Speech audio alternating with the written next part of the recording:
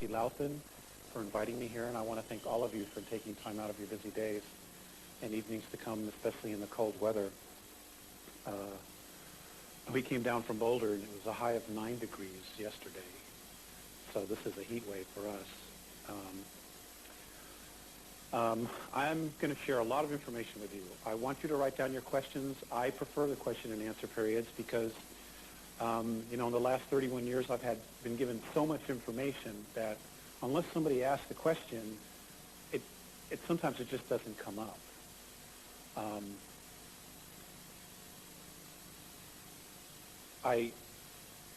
There are some real positive aspects to the information, and there's some information that is not very positive.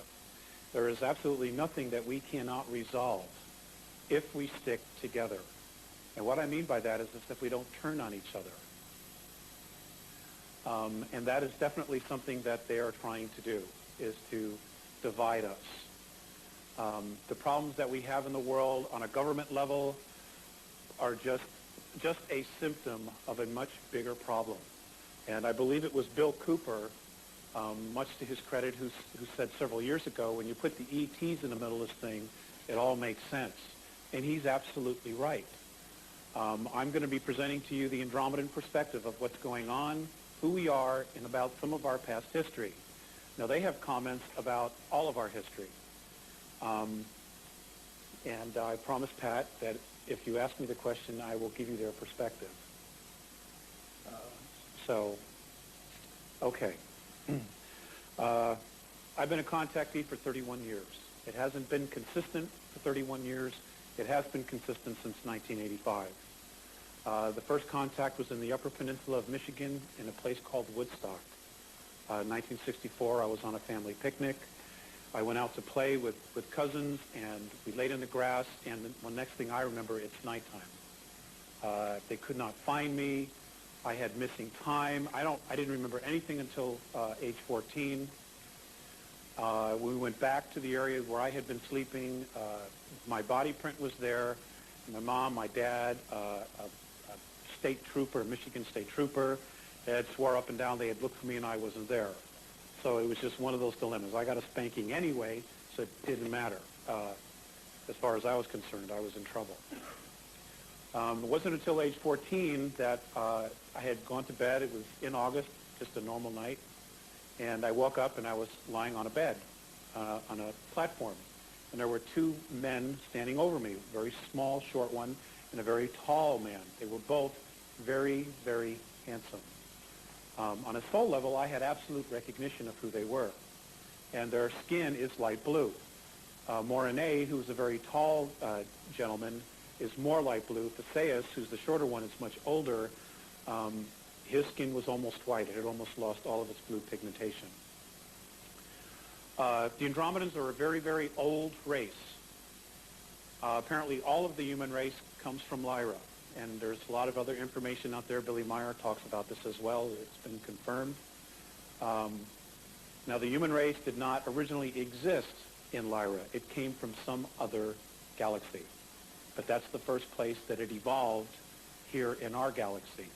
I want you to be really clear about that. According to the Andromedans, there are over 135 billion human beings in the 8 galaxies that are closest to us. Now, there are also other races out there. Some of these races have had a lot of conflicts with the human race. And that conflict continues. But there are things that are happening that hopefully will alleviate that problem. And it's not that any one race is more than another. It really comes down to philosophies and things like that. Gosh, let me get my notes here.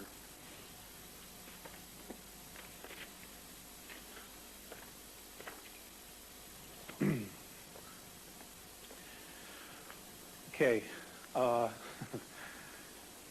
This is the hardest part, getting started.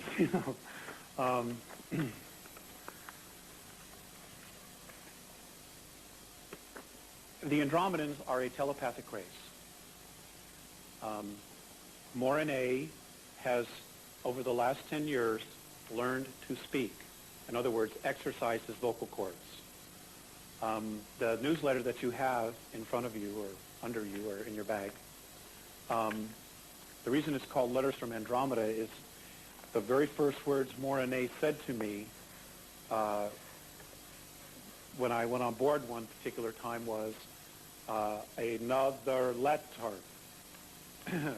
He couldn't say meeting, and apparently he had been trying to learn to say that word, but he couldn't learn it, but letter was easier for him to say, which is why, it's titled, and the books will be titled Letters from Andromeda.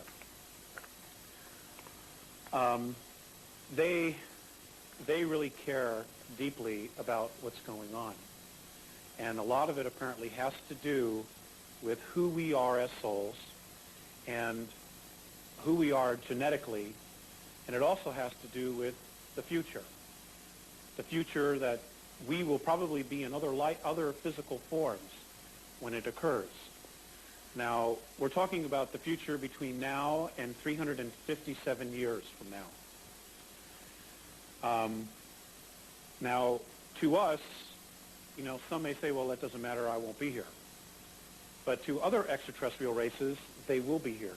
Many of them live an average of anywhere from 1,000 to 1,500 years. The Andromedan race live to an average of 2,007 years. Now, the years that I'm going to be giving you as far as a measure of time are linear. That's the only way I can give it to you. They do not look at time the same way we do. So just keep that in mind. They say that our universe, and I'm talking about everything that we know about and what we don't know about, is a 21 trillion year old hologram. It's a hologram. That's what they say.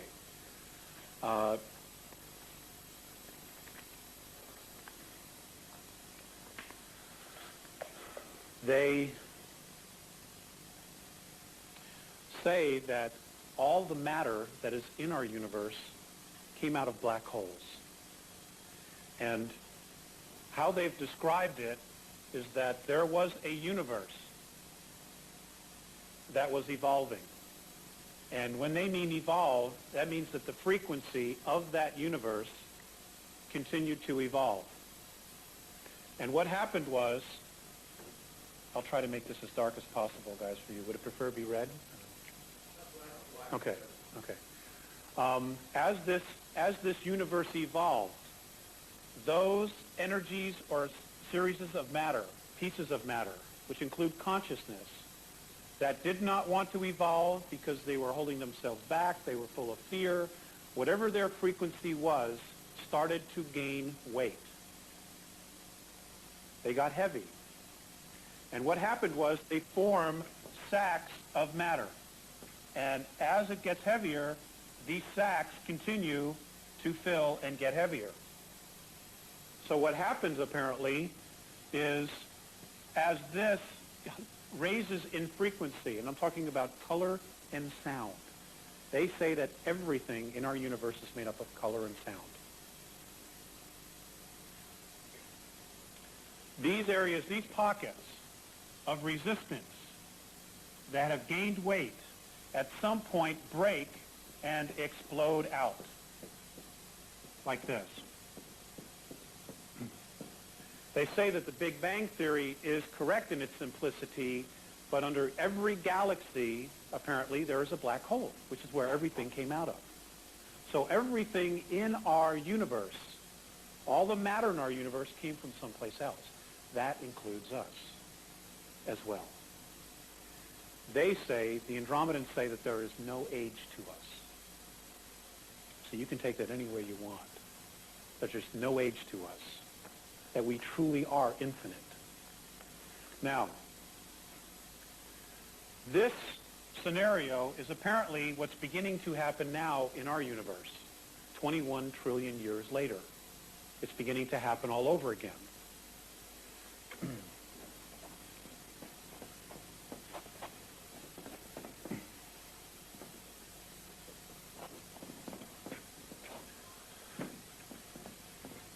What's happening now is that according to Visayas and Mornay, on March 23rd of 1994, a color and sound frequency started emanating from all the black holes in the known universe.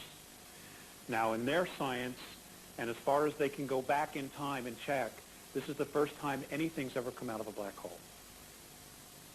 And what this energy, this frequency is doing, it is creating a holographic impression over all of the dimensional levels in our known universe now, of which they say there are 11 creational densities.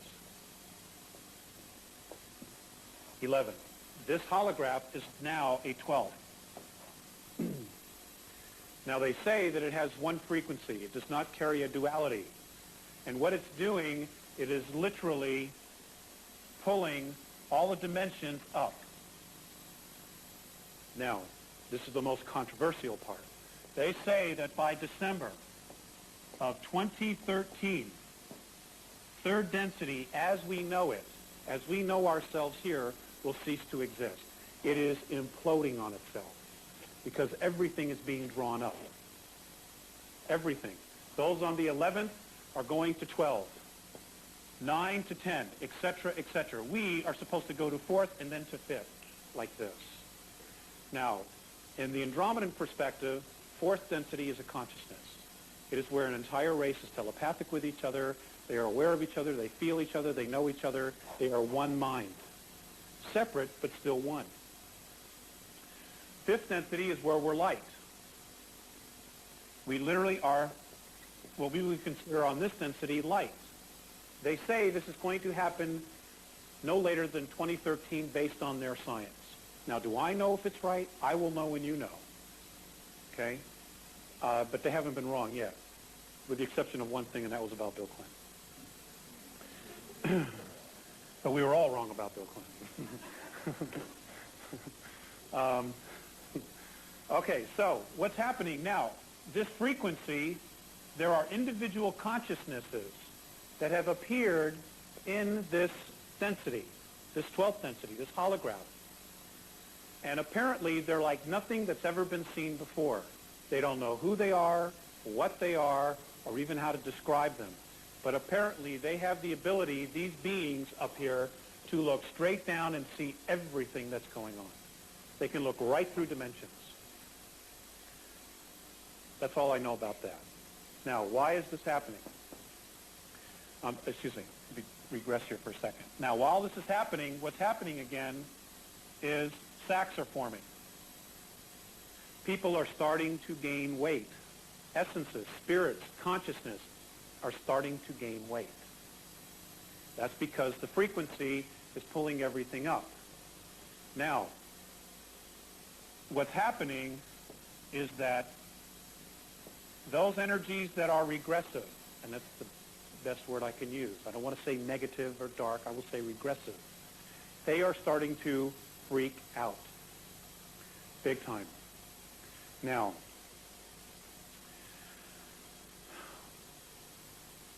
according to the Andromedans, every single one of us on this planet Earth and in 21 other star systems, okay, so we have Earth and 21 other systems in our galaxy. I'm not talking the universe, I'm talking about our galaxy, are apparently a group of beings, individual consciousnesses, that apparently had evolved some trillions of years ago to the 11th density. And then somebody came up with a brilliant idea to drop down, to fall into the concept of time and experiment with our thoughts creating physical matter.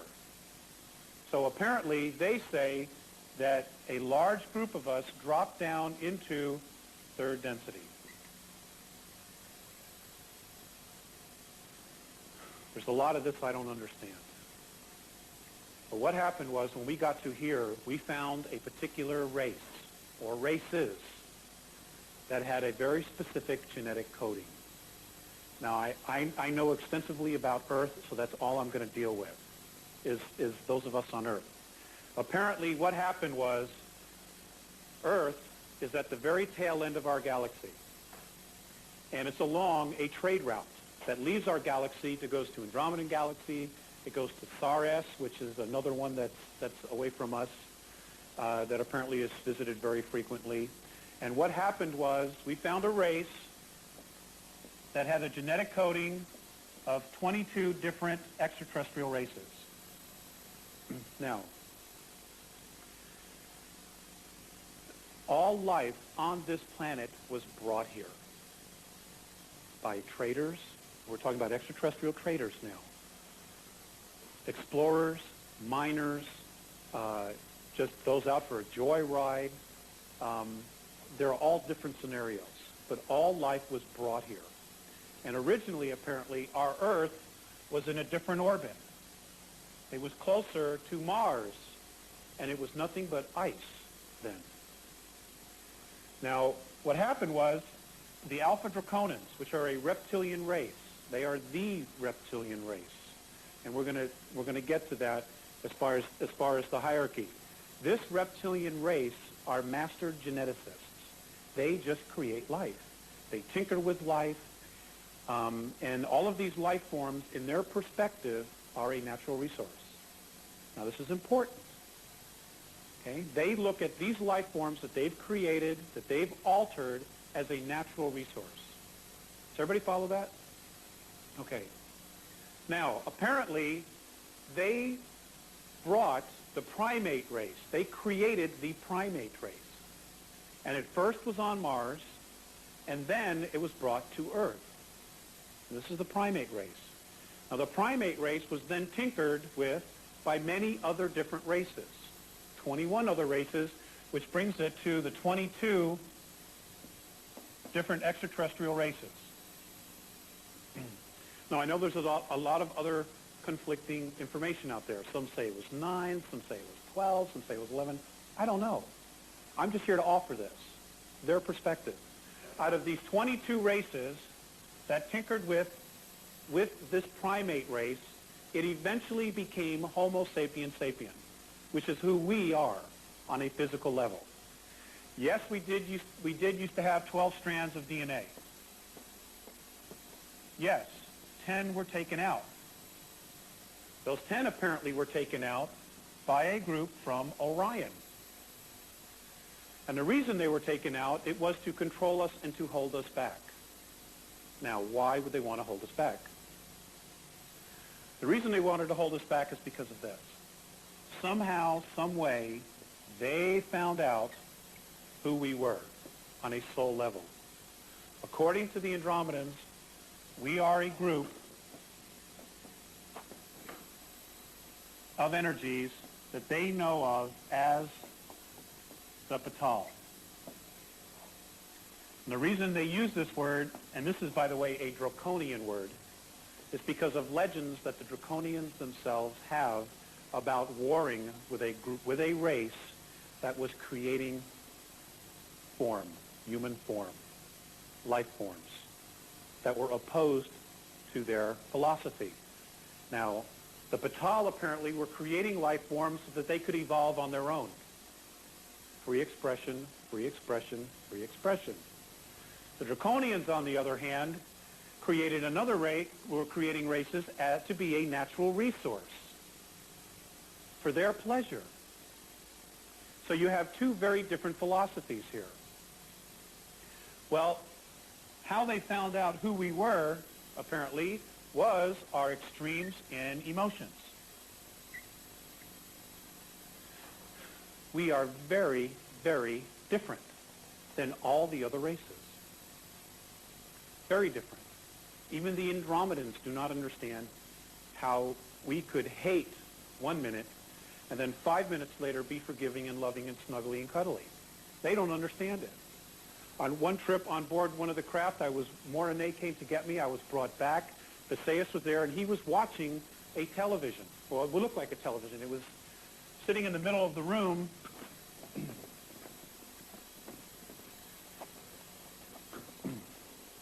When I walked in, there was a room just floating, a screen just floating in the middle of the room. And he was standing there watching it.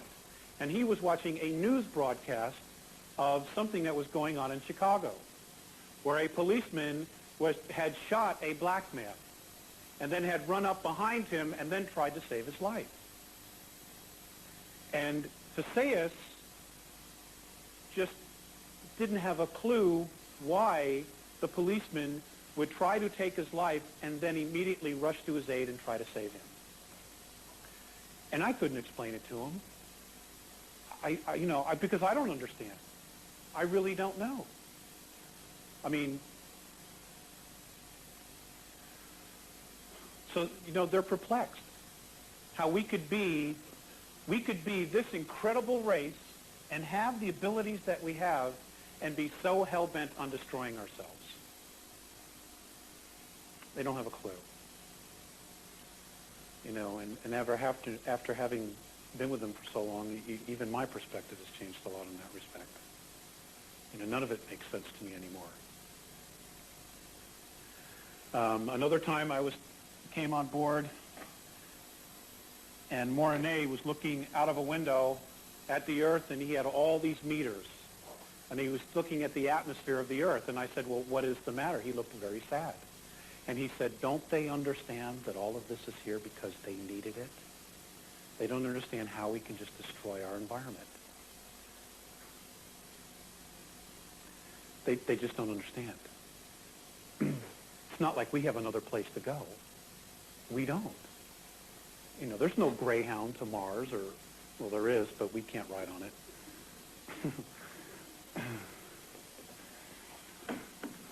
All right. I'm skipping around a little bit because I don't really know where to go with this.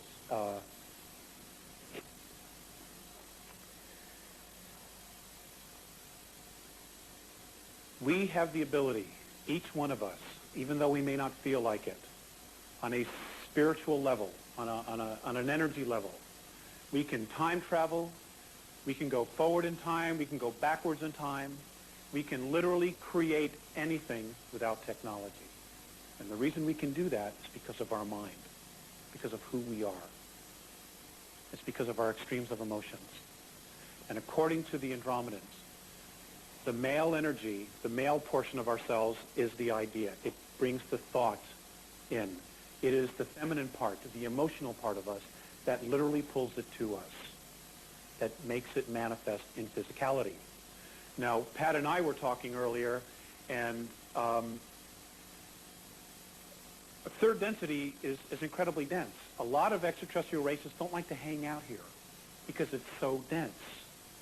And the best example I can give you is that if you were to take your hand and run it through a puddle of water or a bathtub full of water like this, you would have some resistance, but you could move it through. Okay? You can move your hand through the water. They view third density as that same bathtub but full of jello. You put your hand in that jello and you try to go from one side to the other, there's a lot of resistance. That's how they view third density. And they say that proof of how awesome we really are is because of the fact that we can literally create this third density. As slow as it is, as dense as it is, our intent can literally create anything here. They can't do that without technology. They can't do it without technology. This world that we live on, according to Theseus and Mornay, each one of us helped to create. It literally is us, and we are it. We're one. We literally are one. We created this place. And they don't understand why we want to destroy it. Now, the hierarchy. There are two schools of thought, and I'm just going to deal with the galaxy, in our galaxy. There are the regressives. Okay? And I'm going to try not to repeat myself, but the regressives are races that just carry fear. They carry fear, which is why they want to control. The hierarchy of this race is a group from Alpha Draconis.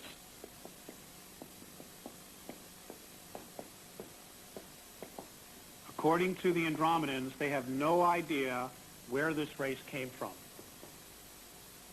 Their teachings, their history, and what they've learned from other dimensional races is that somebody brought the Draconians to this universe and dumped them here.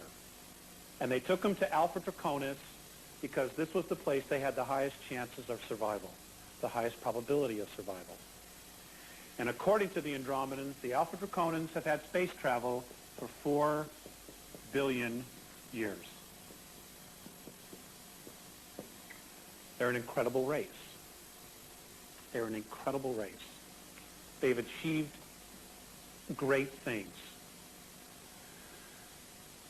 But they're bullies. They're jerks. And that's a judgment. And I'm taking that judgment myself. That's my judgment based on what I know about them. They don't like human beings. In their history, in their teachings, the Andromedans say that they were taught that this universe was here for them, that they were left here and told it was theirs to rule. But when they started traveling, they ran across other races. And they were able to conquer many of those races. And how they've conquered those races was through genetic altering. Now, our government, the United States government, the world government, the New World Order, whatever you want to call it, wants to implant everybody. In the Andromedan perspective, that means ownership. Extraterrestrials, they can't be bothered with that stuff. Those are toys. That's not permanent. You can always lose the hand. It can always burn out. You could always die. Okay? But in extraterrestrials, they don't value gold or silver. They value genetics. So what they do is they will come in, conquer a race, and genetically alter it. And from that moment on, that race is genetically altered. And it is the genetics that they put inside these races that alters their frequency, their sound, their thought, everything about them. Everything about them is then altered if they move into a physical form. Does everybody follow that? Hello? Okay. No? Okay. Thank you.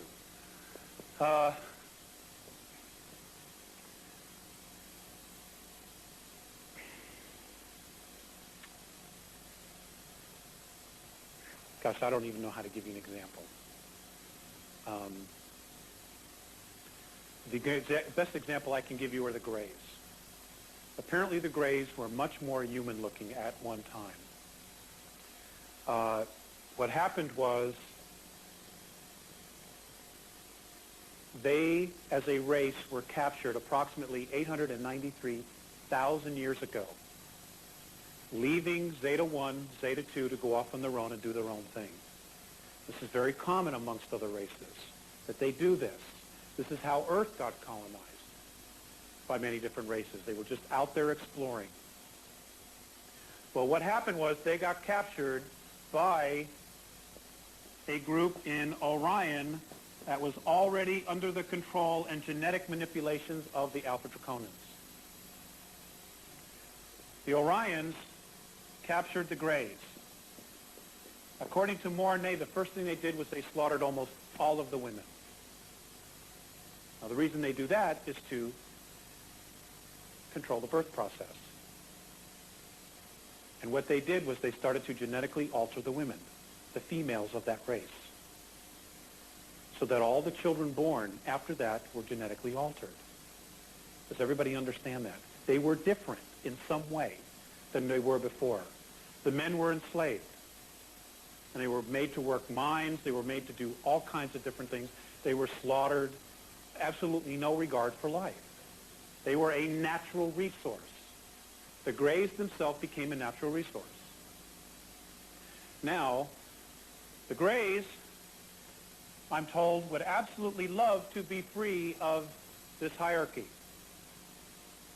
But what they've done is they've continued to propagate the problem. Now, we've been told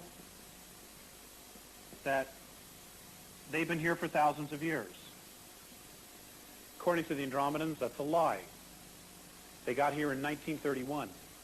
But because of their ability to time travel, it looks like they've been here thousands of years because they can go backwards in time. And by going backwards in time, you can literally alter the consciousness of any race. You can alter any event.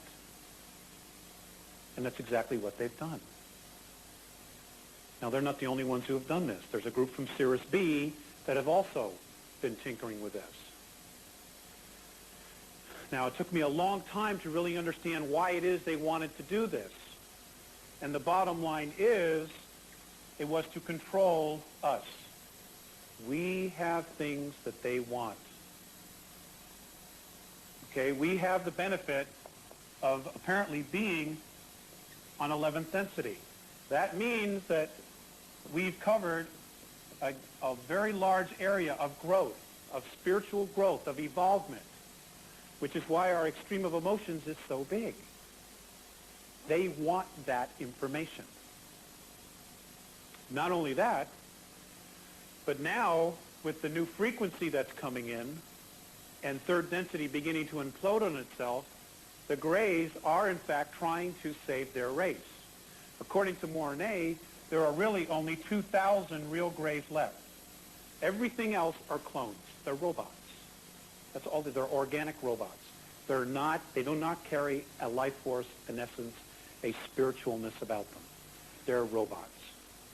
And folks, we're talking about technology thousands of years ahead of where we are now. Thousands of years. Now, the reason the Greys are doing so many abductions is one for genetics. Okay, they're trying to bring their two races together.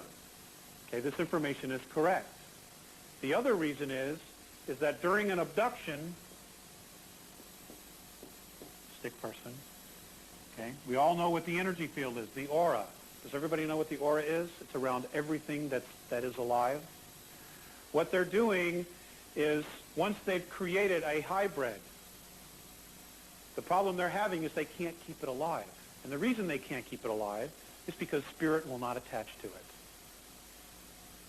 The life force will not attach to it. So what they're doing is they're abducting the mothers, and according to the Andromedans, most of the hybrids are female, by the way. There are very few males. They're mostly female, because that's how you propagate the race. And in our ancient history, you know, the royal line of a family was charted through the mother, not the father, because you always know who the mother is. You don't always know who the father is. Well, what they're doing is they're peeling the vital body of the mothers, the children, which are mostly females. They're containing it. They have the ability to contain this life force. And then what they're doing is they're feeding it to the hybrids. They're feeding the vital life force of the children and the mothers to the hybrid of the same lineage. Okay, they take an egg from the mother, they create a hybrid. They come back and they take the vital bodies of the mother and the female children and they continue to feed it because they're trying to create soul. Does everybody follow that? They're trying to create a soul and they just can't do it. So they're desperate, which is why there's just so many weird things happening. I mean, that's just one of the things. You know, there's no black and white to this. This is a huge, complex, gray conspiracy within a conspiracy within a conspiracy. It's just bizarre stuff. And why we agreed to do this, I have no clue. So what's happening is this is not working. So the races are dying.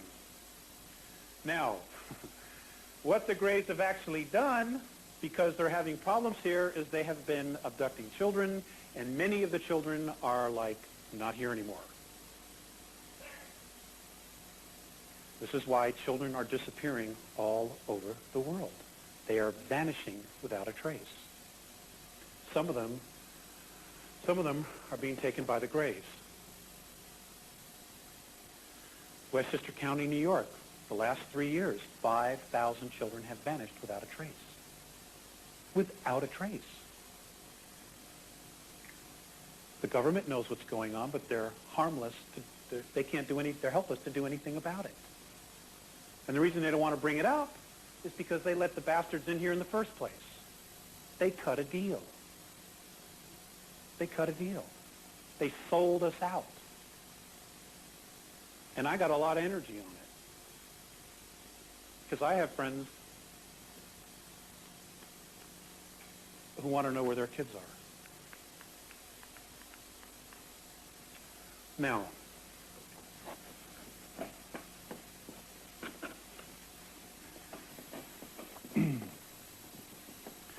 this is just one scenario. Apparently we've been manipulated for 5,724 years now. We have been manipulated beyond belief. We've been manipulated.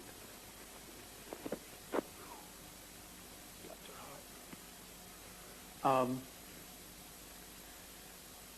make matters worse, we've had technology, free energy technology, that has been withheld from us. So in the last 100 years, we have totally trashed our environment. Now, there's so much. I'm glad we have 3 hours. Okay, we'll look at the positives. There are so many that really want to help.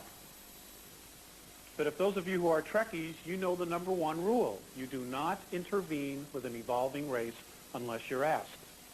That happens to be a reality. They will not directly intervene, or they're not supposed to, unless they are specifically asked. Now, those people who are contactees, they have a lineage, a reincarnational lineage that leads back to many of these positive races, which is why it is not considered intervention. Does everybody follow? Now, in our galaxy, there are many different councils. And I don't know everything about all those other councils, but I do know about the Andromedan Council. And the Andromedan Council is a group of beings from 139 different races, star systems, that come together and discuss what's going on. It's like a galactic United Nations, except it's not a political body. They literally get together and they discuss what's going on. Now, what they've really recently been discussing has been the tyranny that's in our future, 350 years from now, because that affects everybody.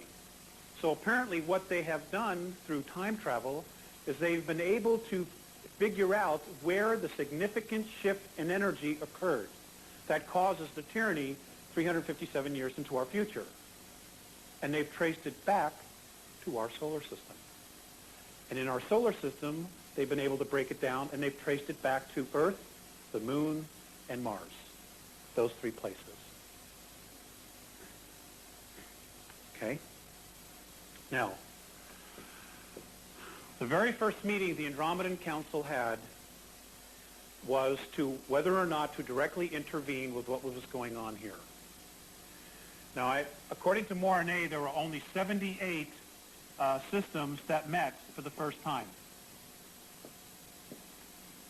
Of the 78, just short of half decided they wanted nothing to do with us at all, regardless of the problems we had and the intervention. And I think it's really important that you know why they did this. Now, we're talking about, ladies and gentlemen, star systems that are hundreds of millions of light years away from us. Even some who have never even met us, have never met any of you. But they just know the vibration of the planet, because the vibration of the planet is a reflection of the vibration of the beings on it. These were their reasons for not wanting to do anything to help us. Number one, they don't respect themselves, they don't respect each other, and they don't respect their home. What is their value? Now they're talking about us.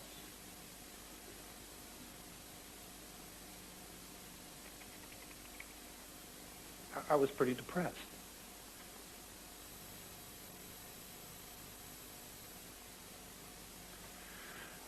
Fortunately, a better portion of 50% thought that because we have been manipulated for 5,724 years, that we deserved an opportunity to at least prove ourselves, to at least have a shot at proving the less than 50% right. So, the Andromedan Council has passed a directive. I don't know how they're going to carry it out, but they have ordered all extraterrestrial presences, whether they're benevolent or not, off our planet no later than August 12th, 2003. They want everything that's ET in the planet, on the moon, out of here. And the reason is they want to see how we're going to react and act with each other when we're not being manipulated. And folks, you are being manipulated. We are all being manipulated. And my first suggestion to you, if you want to do something about it, is to throw your televisions away. And I can't tell you how sincere I am about that. Because they're teaching you what to think and not how to think. And the minute you give that up, you become a robot. You become sheeple. We become sheeple. And I know it's going to be tough. It's going to be really hard. Now, this is going to be very interesting, and I'll tell you why. Inside our planet, living 100 to 200 miles beneath our surface, are 1,837 reptilians. This number has gone up. They've been here apparently a very, very long time. There are 17 human beings from Sirius B living inside the planet. There are 18,000 gray clones living inside the Earth and on our moon. The real grays, the 2,000 that are left, most of them are living on Phobos, the moon of Mars, which is an artificial satellite, in case you didn't know. Okay? It's an artificial satellite. There are approximately 141 Orion group beings here who are made up of 9 different races.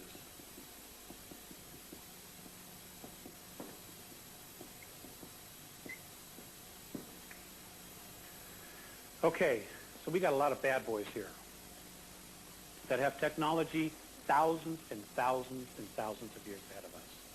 It is estimated that the Greys themselves have technology. Now we're talking about clones. Most of them are clones who are being controlled. That have no essence, they have virtually no emotions, all right? That have technology 2.5 thousand years ahead of us. That's a scary thought. Then you've got the Orions, who control the Greys, who are approximately 3.7 thousand years ahead. Nobody really knows exactly how far the Draconians are, because they're incredibly elusive. Syrians group, the Syrians are apparently 932 years ahead of us. Now, how many of you have heard of the Montauk technology? Okay, it's time travel, opening up, like Stargate, opening up time warps. Apparently, that technology was given to us, to our government, by this group from Sirius B. Apparently, we were not supposed to have it, and it was supposed to be another 150 years before we would have developed this technology ourselves. So what they did was they purposely gave us this technology knowing we would abuse it. Knowing it. Now, I cannot tell you what the mindset was of those Terrans, those of us who were here that got this technology and started doing all of this weird stuff with it. But I can tell you that within the last 6 weeks, Mornay has told me that they have found a small human colony on a planet in a star system, in a solar system, in Altar. Altar, it's a constellation called Altar. They have found a human population there from Earth that has children with it. It's a military, and they have enslaved the beings of that planet. Now, Montauk only works if you have exact coordinates. That means somebody gave them those coordinates. And they are really upset about what's happened with that. That's just one of the problems.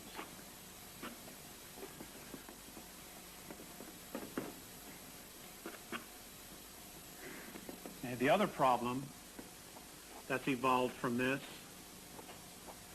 and we'll take a short break here in a minute,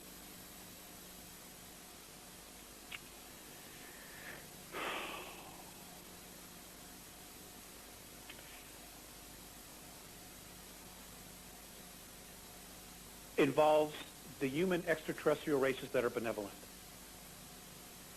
Now, many of the races are really pure. In other words, the Pleiadians mate with Pleiadians. Sirius A mates with Sirius A, the individual races. Well, apparently what's happened is that there's been so much interbreeding amongst these particular races, these human races, that they are now beginning to anticipate breakdowns in the genetic coding. The Pleiadians apparently are going to start experiencing this in the next 172 linear Earth years, where they're actually, for the first time in hundreds of thousands of years, going to see deformities at birth. The Andromedans anticipate this problem themselves in 757 years. I don't know about the Sirius A's. Now, there's only one race that can help give them a genetic boost so that this breakdown does not occur. They say it's us. It's our genetics. And they would want to make a proposal to borrow some of our genetics to help them, but they can't. One, they can't come near us now because of our vibration. Two, they can't use our genetics because of the vibration that it carries of fear. That's not an emotion they know. The first time I went on an Andromedan mothership, and I've been meeting with Visayas and Mornay for almost 2.5 years before they actually took me to one of their huge motherships. The first time I walked onto it, there were a bunch of children there. And the minute they saw me, they started to run away. And it wasn't me, but they knew that I was from Earth. We have a very bad reputation because we are the only race in our galaxy. I'm going to say this really carefully. We are the only race in our galaxy that kills itself, that kills each other, that turns on itself. We're the only ones. We are the only race that allows its race to live in abject poverty. We are the only ones that allow members of our race to starve. We are the only ones to allow our race to be homeless. And we are the only race that would sell their own race into slavery. They have a serious problem with that.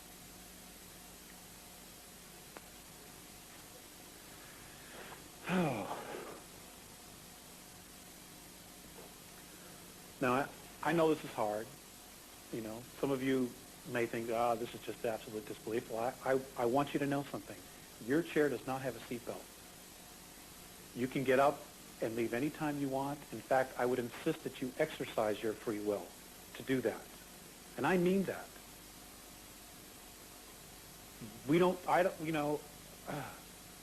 This is the part I don't like. You know, I don't like the reflection that they give me about us. I mean, I have enough trouble, with our own day-to-day life, making sure the cars work and paying the phone bill and all this other stuff,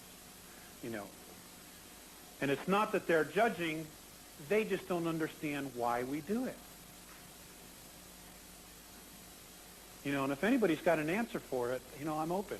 Yes, we've been manipulated with belief systems. But why do we believe these belief systems?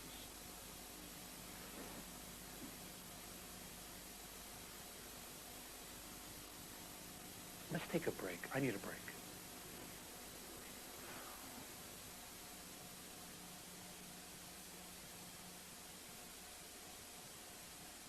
We have liftoff. Okay. Just before the break, I said something to you. Now, I've asked a lot of questions about Earth and about religions and about our history. And one of the things that, Morine has this really great way of mirroring back my questions in the form of a question. And one of the things that he mirrored back to me was it was a question regarding a particular history of religion. And his response to that was, it is not so much what you believe in, but more so why you believe it. I understand somebody told me today there was a book published about that. Recently somebody wrote a book. And, I've had to look at that, and I've had to go back and look at all the belief systems that I have and why I have them. Are they really mine, or is it something that I've been fed that I believe is true, and I am basing my perceptions based on the idea that maybe they are true or maybe they're not true?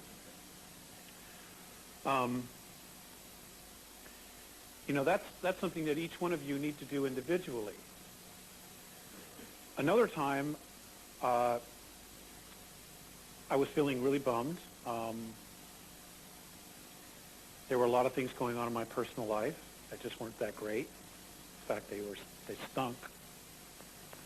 And I was really down, and I had a contact, and I didn't want to come back here.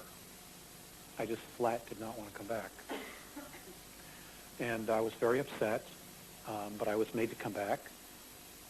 And as I'm walking away, I heard Visayas' voice in my head, who's the other Andromedan. And I turned around, and Visayas looked at me, and he said, "Alex, the love that you withhold is the pain that you carry, lifetime after lifetime." And folks, there's not a day that goes by that I don't think about that I don't look at every decision I make and try to get really crystal clear as to why I'm making that decision. And where is that decision coming from inside of me? Another time, I was talking with Morine, and Morine just turned to me, and he totally caught me off guard.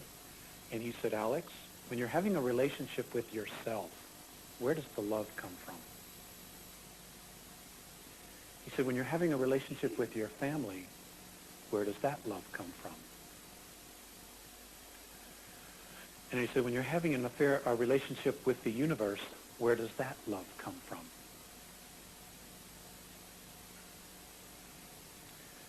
And, the obvious answer is, well, it comes from me. That's exactly what I said to him. And he turned away, and he stopped, and he looked back, and he said, "Well, then why do you believe that you have a shortage of love in your life?" And again, it all goes back to belief systems. If they're right, we created all of this to watch how our thoughts can create matter. So, in essence, everything is a belief system. If the universe, now we call it a universe, the Andromedans call our universe consciousness. Okay? Now they say that consciousness is the space that you create in which to evolve. So in other words, to continue to evolve or to do what we needed to do, we had to create the space in order to do it. And that is physicality. Now, ladies and gentlemen, on every dimension, whether it's third, fourth, fifth, sixth, seventh, all the way up to 12th, there is a physicality on each one of those dimensions. Okay, fifth density is not where they're just whispering like clouds. Okay, it is not like that. There is a genuine physicality to it. It's a lot different than what we have here, what we've created here. But nonetheless, it is a physicality. And it's the same for 6th and 7th, as I'm told.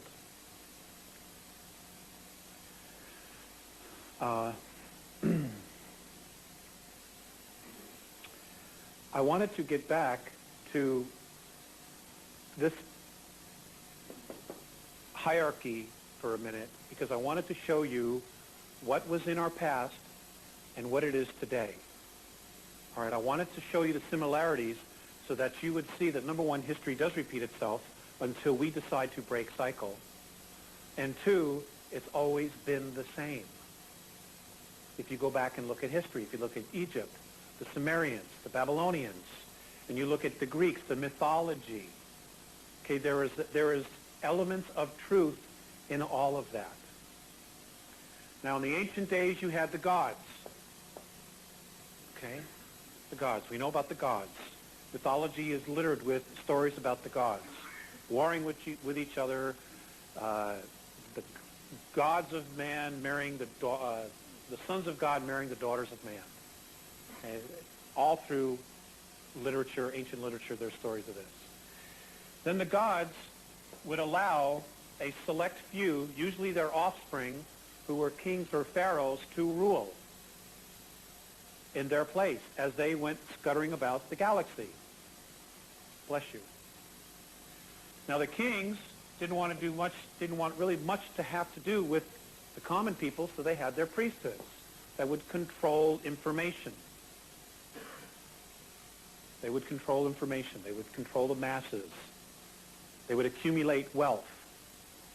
The priesthoods made sure that the military kept the common people in order, or the masses. Okay? Whatever the dictates were, this group here made sure that it happened. That's the way it's been all through our ancient history. Okay? If you read Zachariah Sitchin's information, many other people, I understand there's an awesome book called The Greatest Story Never Told by Lana Cantrell. It's out of print, but if you can find it, Jordan Maxwell was telling me about it.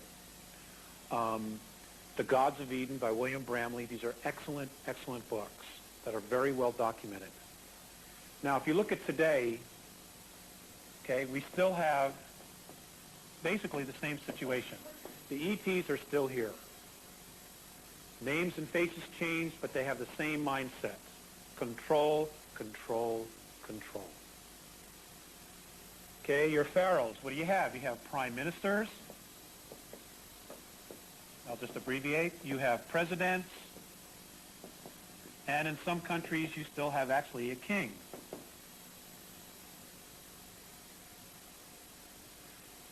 Priesthoods. Well, we do have religions. Okay? We also have bankers. Okay? We have bankers. Those of you who have done any research on Nazi Germany, there's a wealth of information regarding secret societies and the power that these societies have because of money, and how virtually every country on the planet is bankrupt, and how a small group of men who represent a priesthood, secret societies, control everything. They are doing the bidding, I want you to be really clear on this, they are apparently doing the bidding of these guys, because the whole point of all of this coming down on our planet is to take away from us self-rule, and free will. Let's make things so bad on this planet that the masses are begging to be saved. And then let's have somebody come in and save them. And according to the Andromedans, if you do not accept self-responsibility and you allow somebody to come in and save you, you do not permanently evolve. And I'm not here to buck anybody else's belief systems. I'm just sharing with you what they've said. Sir, do you need some water?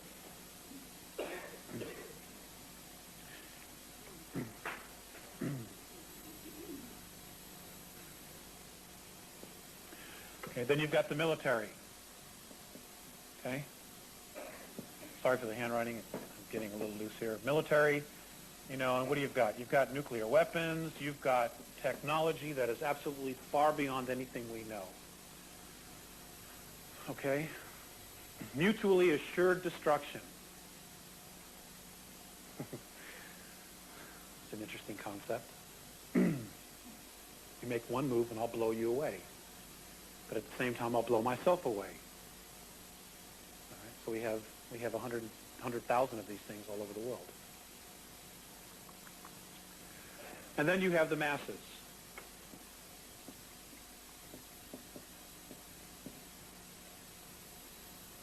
So as you can see, it's very much the same. Nothing's really changed. Except now, we have ways to destroy ourselves, where here, we didn't have to. The gods were more than happy to do that. Okay? They could control pole shifts. They could move our planet's orbit. I mean, this technology exists. The Draconians can literally create a solar system using their starships. They can move planets. They can take moons, put them in orbits of planets. They can find a star. They can put things in the orbits around the star. They can literally create solar systems.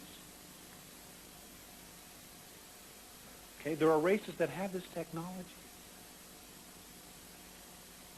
The Andromedans have said that around 2003, if all of the regressives are not out of here,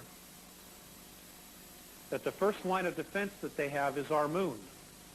That they have every intention, and again, this is their perspective, they have every intention of taking our moon with a tractor beam and pulling it out of here, out of our orbit, and dealing with it out there.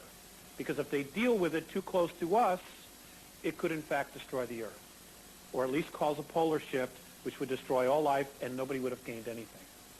We would have been the big loser. Now, what would happen if they did that? I asked that exact question. He said, well, you would have no tides. And he said, if you were really upset, we could always give you another one.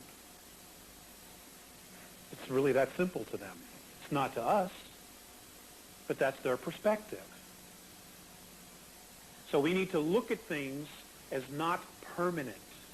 We need to open up our perspectives to the idea that there is a lot more going on and there's a lot more we need to learn. Not only about the world or about our solar system, but about ourselves. Now, the Andromedans say that there are 100 trillion galaxies in the known universe. 100 trillion. It's a lot of zeros. Another 30 years, that'll be our national debt. That's really not a laughing matter.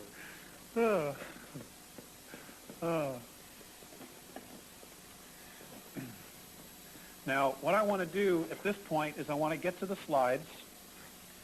I want to talk about the moon and Mars.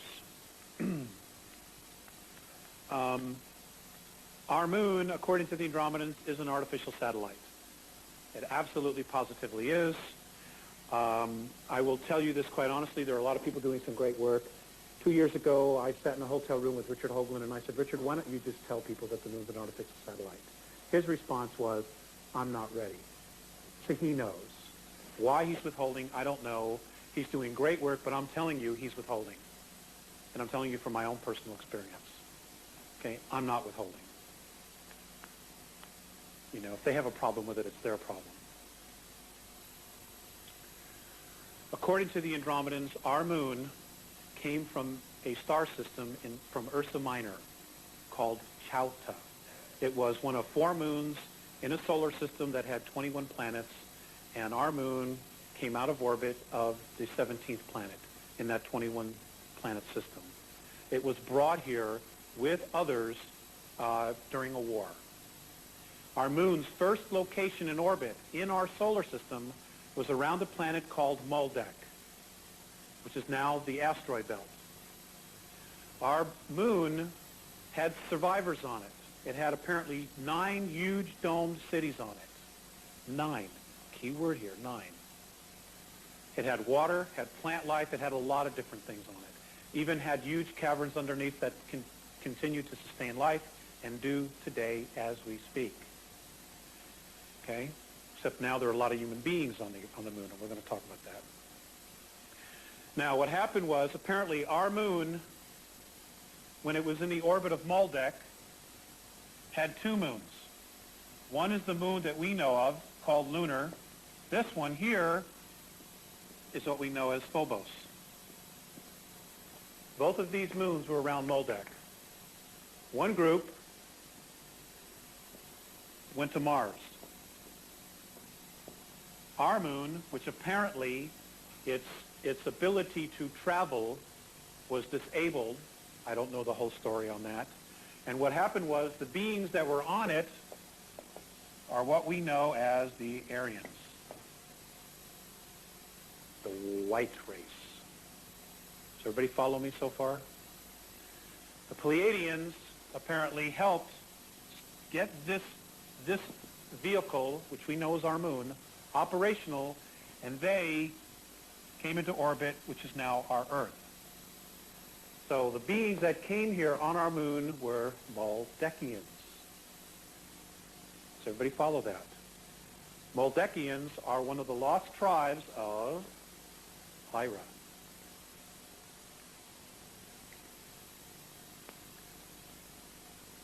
That is who's living underground underneath Tibet. That is who's living underground under Tibet. They're Maldekians.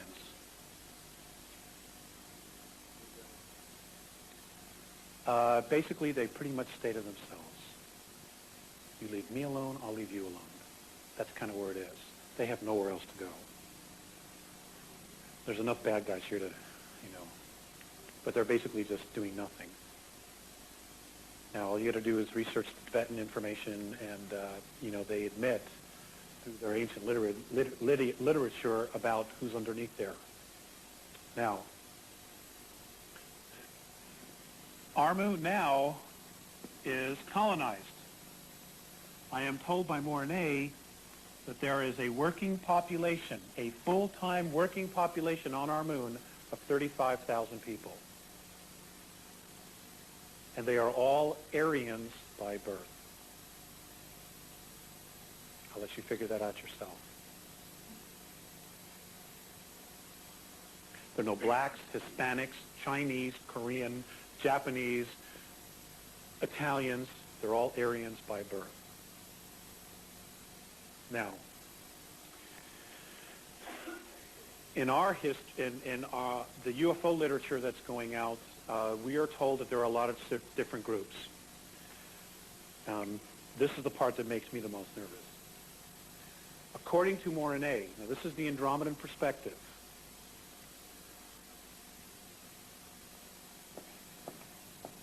Inside what we call the National Security Agency is a group called the Black Monks.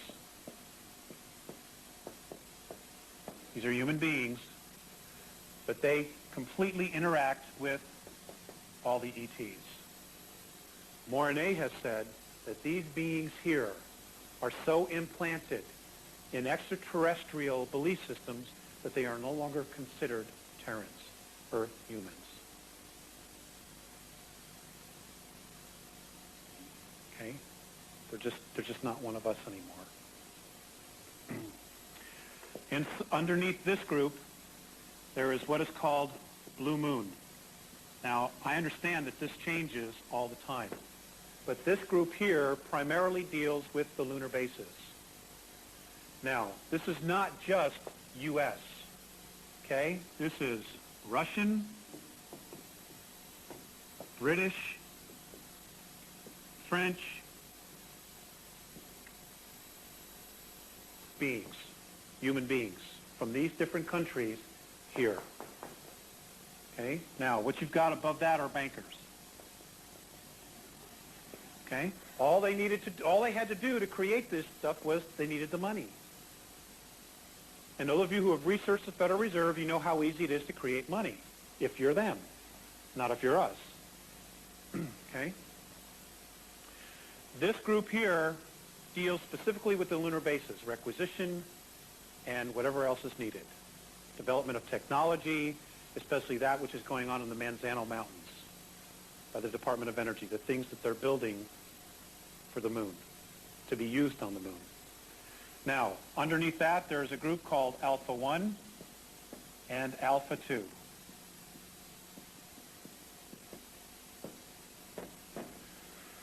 I'm not real clear so much about what Alpha 1 does. My understanding is that these people here, whoever they are, and this we're talking about something global now. Okay, this is part of the global government, that Alpha 1 has to do with materials. Gathering the materials, making sure that the herd, as Pat likes to say, that the herd doesn't get spooked. That's us. We're the herd. Okay? Alpha 2 deals with personnel. It was their job to make sure that the 35,000 that went to the moon were the kind of people they wanted, had the belief system they wanted. Okay? Their job also was to make sure that the colonists that went to Mars were the kind of people that they wanted, even if they didn't want to go. According to Morine, Alpha 2 is MJ12. So what we think is the top of the ladder is actually the bottom of the ladder. That's what he says. I have no way to verify this, but I'm sharing it nonetheless.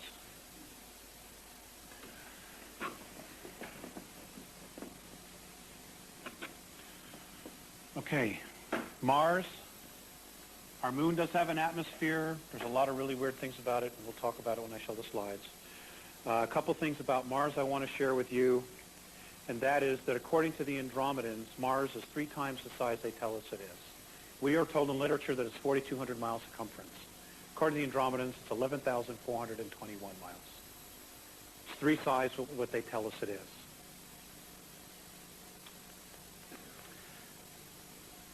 In diameter, diameter. This past March of 1995, in the San Diego newspaper, and I had this and somebody stole it from me, in the local San Diego newspaper, it published a report. It had a picture of Mars during the spring, because it was at its closest point. It was a Hubble telescope photograph, really nice picture. It said that in 1971, the Viking orbiter discovered huge amounts of ozone in the Martian atmosphere. Now, how many books do you know of that have told you that there is ozone in the Martian atmosphere? 0. 0. It was a controlled leak. 2, we're told that the atmosphere is primarily carbon dioxide. Well, how did Mars get the gas of carbon dioxide when it's supposedly totally devoid of plant life? And always has been. How? You go back to the books. When they see the pole cap of Mars melt during the spring when it's at its closest point towards the sun, how is it that the history books or the science books tells us that the highest temperature Mars gets is 141 degrees below 0? And that the polar cap of Mars is in fact H2O. It's water. Now, somebody please tell me, because I don't get this. How does water melt at 141 degrees below 0? I'm open. I'm open to the answer. According to the Andromedans, the average temperature around the equator of Mars is 59 degrees.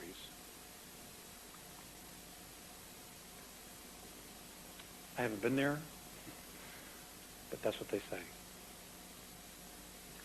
In 1979, NASA admitted seeing clouds going over Olympus Mons, allegedly the largest volcano in our solar system. Olympus Mons is 72,000 feet. Folks, that's a hell of an atmosphere if you got clouds going over a mountain at 72,000 feet. That's an awesome atmosphere. It's nothing like what we've been told. So I'm going to say this for the record, and I'll probably get in trouble. They're full of shit.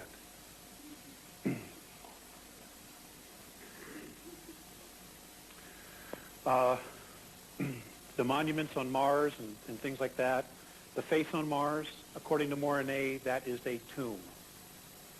And I'm going to show you where they've had me look in another direction.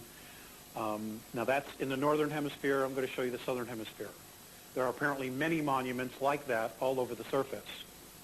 Now, they've also said that in our solar system, if you look at all the planets, and some of them we can't see the surface yet, but at 19.5 degrees, and I know Richard talks about this, Richard Hoagland, 19 degrees north and 19.5 degrees south, there are monuments on every single one of the planets in our solar system.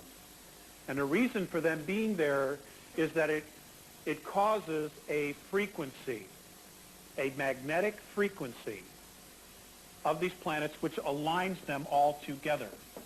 And what it does is it apparently causes a sound. It creates a sound. Now we're talking about even on Jupiter. It creates a sound.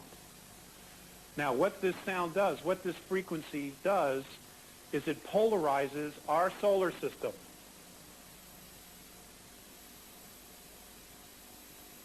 It just so happens, according to Moronnay, that this polarized sound is in direct reflection, opposition to who we are as spiritual beings. In other words, we vibrate at a specific frequency. As long as these planets, our solar system, vibrates at this frequency, on a soul level, we can't leave. We're stuck. I don't understand all of it. And I even hesitate to bring it up because I don't understand all of it. But I'm sharing with you what little I do understand. Venus, the planet Venus, used to be one of the moons of Uranus. It was moved. Mercury apparently used to be one of the moons of Saturn. It was also moved.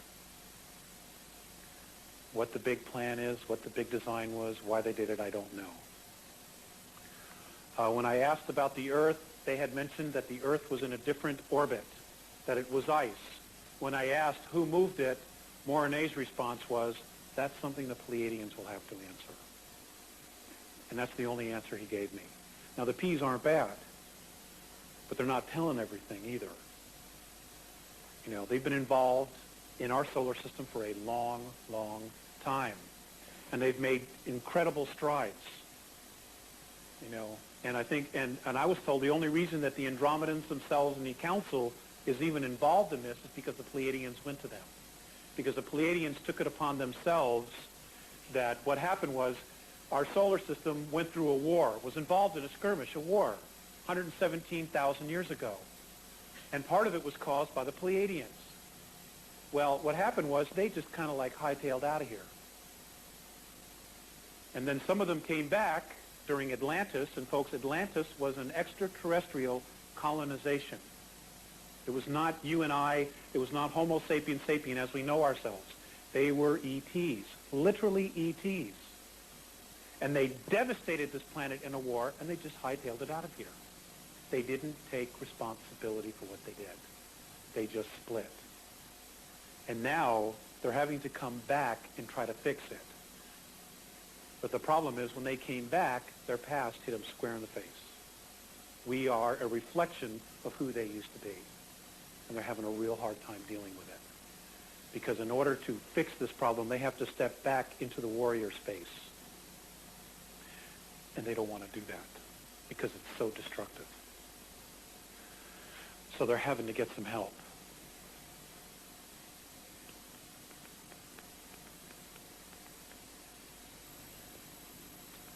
See what else.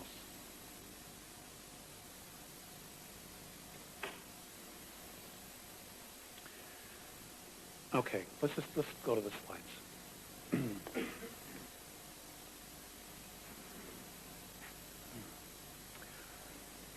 Okay, I think we're all set here. I think we just need to turn off the lights and we can get started on this. They have a camera that, and I'll use myself as an example, They will take a picture of me. Now, they have a way of taking the film and separating it. And the picture that they take of me right this minute... Here we go. Okay, the picture that they take of me now is myself now all the way back to conception. Now, let's say I had a liver problem. They could take this camera and separate it, and they can go back to the time where my body, my liver, was the strongest. It vibrated at the highest degree of frequency. It was at its most healing, healthiest point. What they do is they take that frequency, which is me now, they overlap it, and they project it holographically over my diseased liver. And within minutes, my liver's healed. Now, they do this with holographs, with holographic technology. And it literally is me healing myself with the help of this camera. Okay? We have the same capabilities if we use our mind. The key here is to open it up to the idea of everything that we record in our mind is in fact recorded holographically. Every single thought you have is recorded holographically. So when you're in your meditations and you're trying to create something or manifest something in your life, don't look at it in three-dimensional. Move around it. Go around it. Go behind it. Go above it. Go beneath it. Train your mind. Train your subconscious to allow you to see it for what it really is, as being holographic.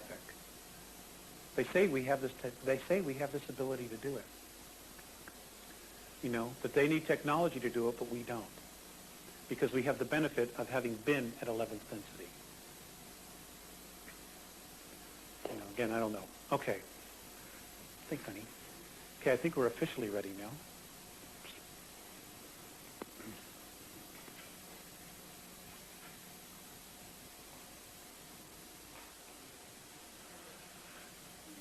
First slide, please. Okay. That is a blurry white light. Okay. Okay, ladies and gentlemen, this is a galaxy. This is, in fact, the Andromedan galaxy. Now, according to the Andromedans, and some of this I'm going to be repeating, underneath every galaxy is a black hole in which the consciousness came out of. They say that all of the suns inside a galaxy is a reflection of the consciousness of the beings that are in that galaxy. In other words, our sun is a reflection of us.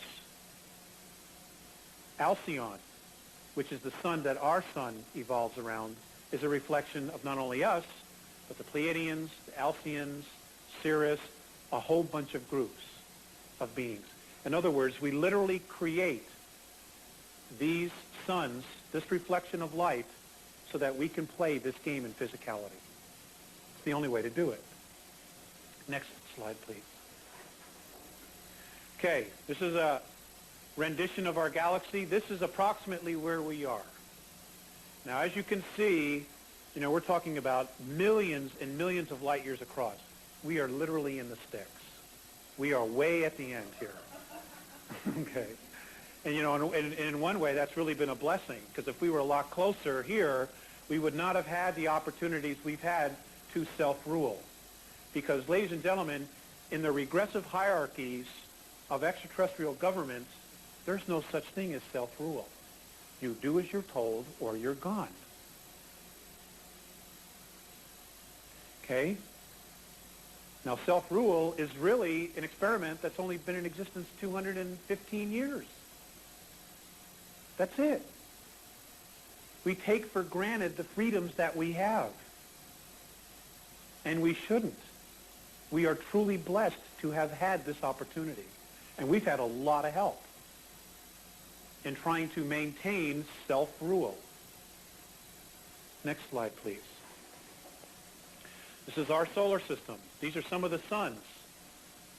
and other star systems that are close to us. There is life, physical life, and organic life in every one of these star systems.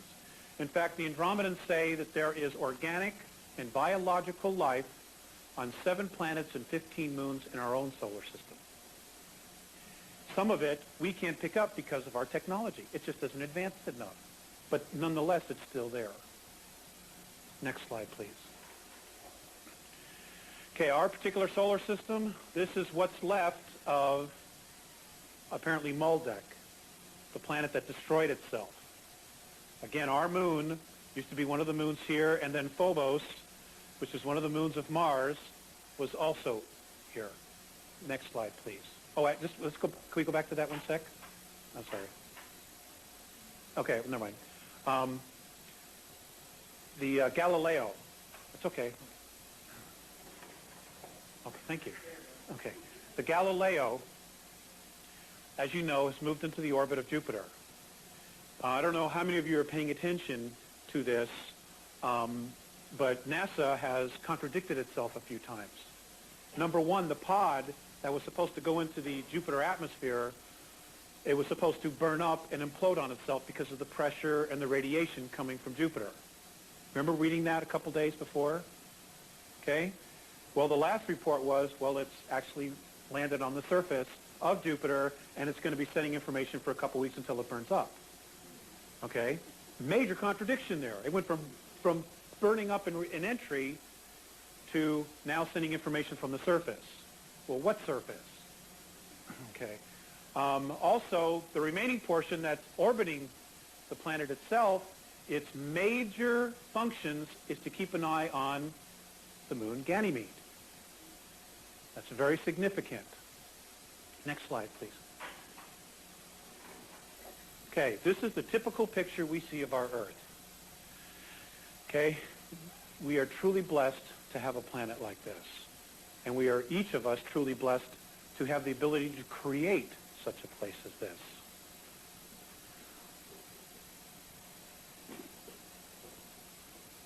If the Andromedans are right, and we created this world so that we could play this game, then it is a direct reflection of us. And the Earth is sick because maybe we're sick. And we're sick because maybe she's sick. Next slide, please. Okay, this is a photograph that was published in Life magazine. I have it right here, November 10th, 1967. This is the first color photograph of the Earth that was taken. Now, Life magazine almost was served with cease and desist papers for publishing this photograph. Does anybody have any idea why? You can speak up, it's okay. I can't hear anybody.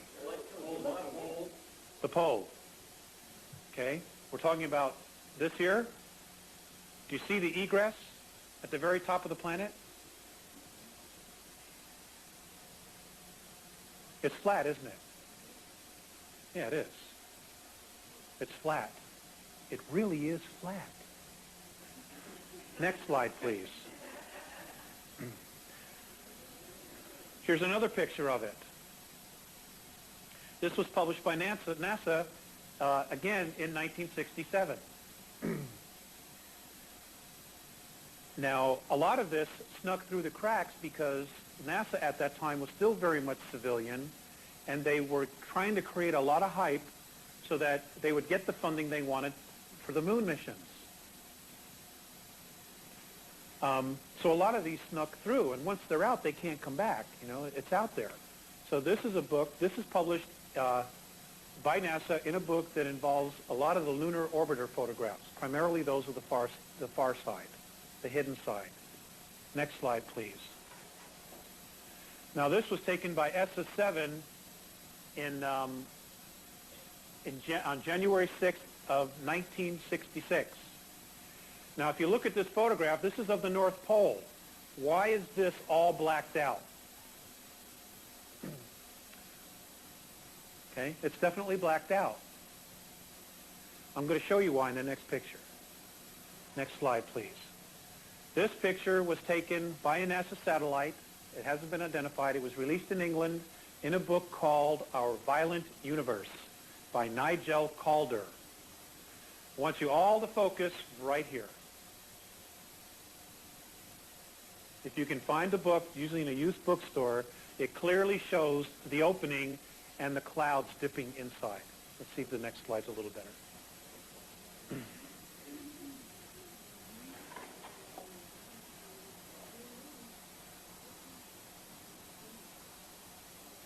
Ladies and gentlemen, if you can get the book, I'm going to make some pictures of this for Pat. And if he wants to continue to make them, you know, you'll have to talk to him about it. I'm volunteering you, Pat. Ladies and gentlemen, it's there. It is just flat out there. This is where Admiral Byrd apparently went in. You know, this is it. This is the deal right there. This is just north of Greenland, which is exactly where he said he went.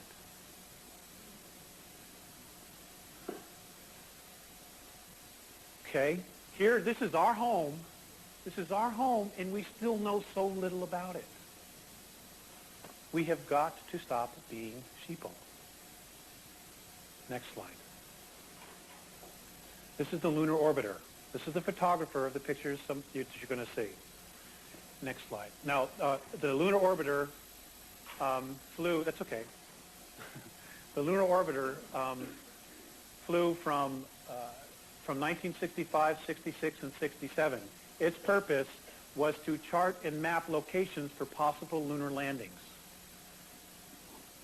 Next slide. Okay, here's our moon. We're told a lot of things about our moon. There's been a lot of discussion that a lot of the NASA photographs were faked, and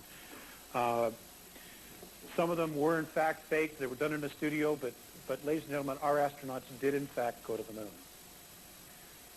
They did go, but they were told not to come back. Next slide.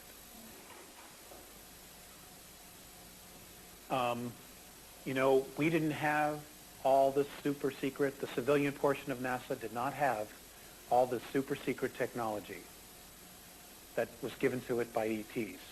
That was held by a very select few. So what we did accomplish as a nation going there and putting, you know, all these men on the moon is a remarkable achievement in our short history as a nation of only 200 years. Remarkable. What's really sad is that apparently, according to Mornay, by March of 1958, we were already on the moon. NSA astronauts were already there. But we cannot congratulate them or applaud them or have a parade for them because of the way they did it. But we can be proud of the fact that we put these guys here, and we did it honestly. You know, even though it was the lunar orbiter was a little crackerjack box. Next slide, please. Okay, there's a lot of talk about what the astronauts saw. They did in fact see stuff. There's all kinds of things that they saw, and just don't be so quick to dismiss it. Next slide. National Geographic, 1958. This is NASA's rendition of what the lunar bases would look like when, in fact, we did colonize the moon. This is, in fact, a reality already. Next slide, please. Domes. This is how they would terraform probably parts of the moon. Or this is exactly what it was before when it came here from Ursa Minor. Huge domes with terraforming going on the inside, creating artificial atmospheres and inhabitants, just like what was created in Arizona. We have this technology. We have this technology. We've had it since the early 1960s to do this. Next slide. Okay, far side of the moon, 15 degrees south. I want you to look at the squareness. Look at this pointed top here. Obviously been bombarded. Next slide. Look at the structures in here. Look at all this. Okay, this is what's left of a pyramid.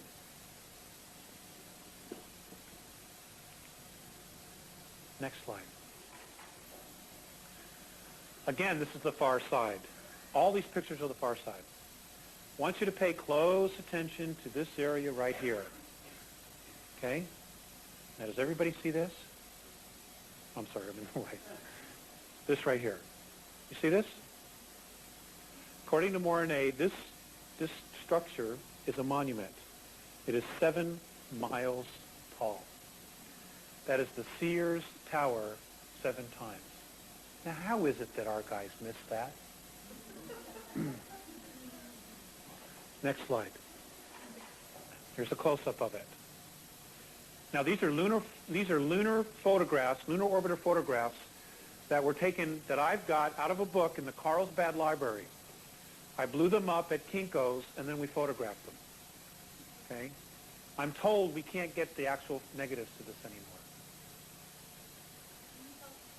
I think that's the best it is.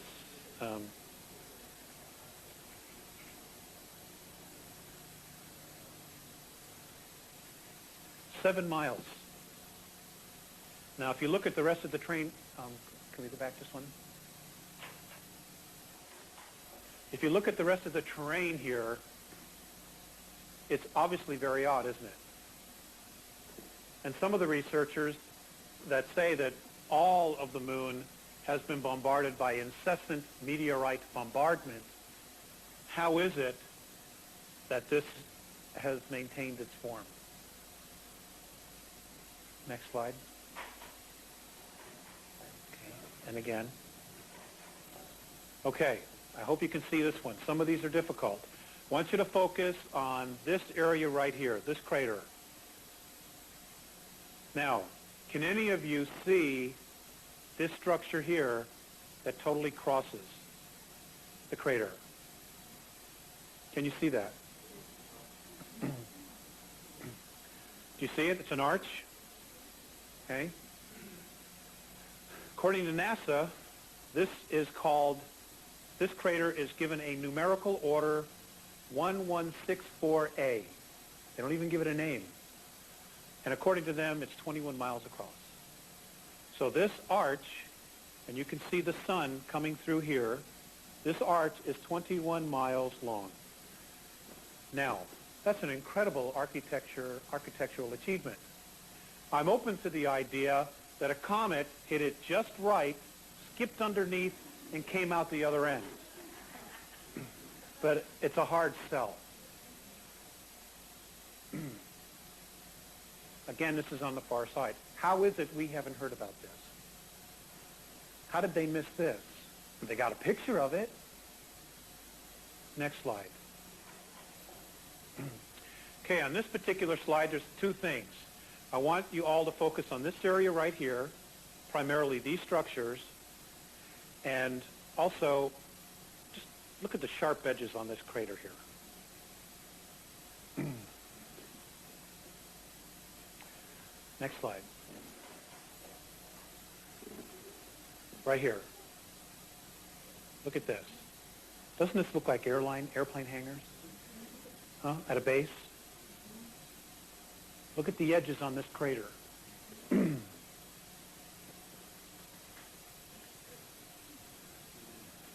Next slide. Okay. We are going to focus on this picture here. We're going to focus on this area right there. I want you to look at the rest of the terrain. Look at how different this area is right here. Look at how nice and lined up all of these objects are. Look at these structures right here, in behind it.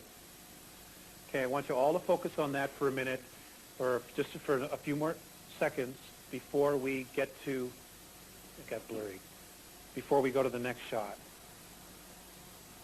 It takes some time to actually accustom your eyes to looking at things differently.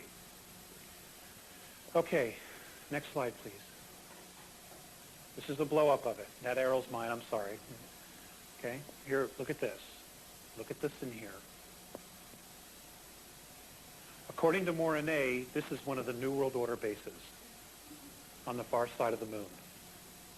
He says that these here, behind here, these are living quarters.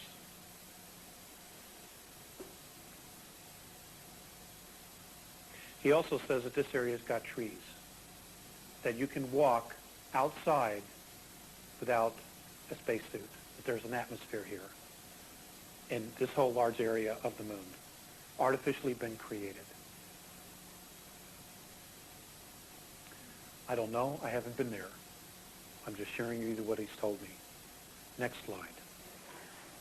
If you know anybody who can get or still has in the attic or somewhere in a file folder some of these old photographs when they were released, please get your hands on them and get yourself a loop and really, really look at them. There is so much. This area here, three-sided pyramid built inside of a crater. Go to the next slide, please. Here's a close-up of it. Next slide. Square crater. Now, I asked Morine about the odds of a square meteorite or comet. He says, there isn't any. It's so obscure, the idea of a square meteor. Next slide, please. Okay. This area here, we are told that many of the meteorites are craters were created by meteorite impactment. What's interesting is that they try to tell us that it got so hot that it would cause a little cone in the middle of debris. Well, this is not really a cone, and this is actually higher than most of the rest of the crater. And what is this? You know, what would cause this? But there's more. Next slide, please. Okay, here's a close-up of it. Now, how many of you are familiar with Richard Hogan's work? Great. You know how he shows in his pictures what's left of the domes, you know, and how they used to glow. They had glass on them, and they were bombarded, okay, by incessant meteorite bombardment. Look at this. Focus on this right here.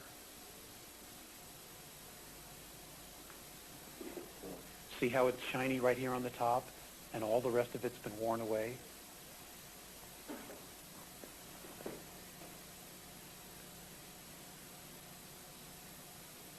Next slide, please. Oops. Okay, hold on. I have to adjust this. Bear with me. Sorry, camera guys.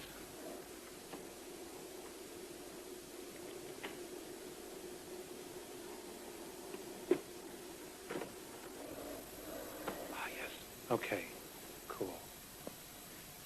Okay, I want you to focus on this area right here.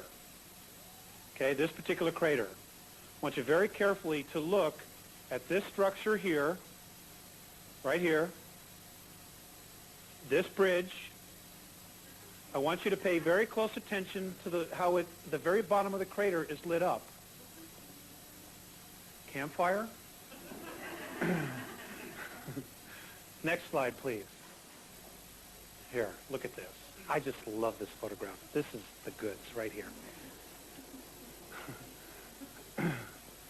Okay, look at this. What is this? This is a structure. He said this is a building. These in here are domes at the bottom of the crater. He says that this is a road that leads to a tunnel and there's an elevator. When the craft land here, they walk into this structure, take an elevator down, and they walk into here. These bridges are what's left of other structures. Look at this. Just. God, I hate being lied to. Yeah, there it is. You know that song, There It Is? There it is. I mean, it's there. Oh, that's even better. Up in here? Oh, up here? Over this.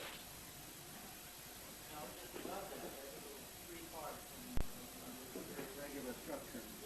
Right on the edge at the left, about 2/3 from the bottom. Talking about over here? Yeah. Well, let's find out. I'm open.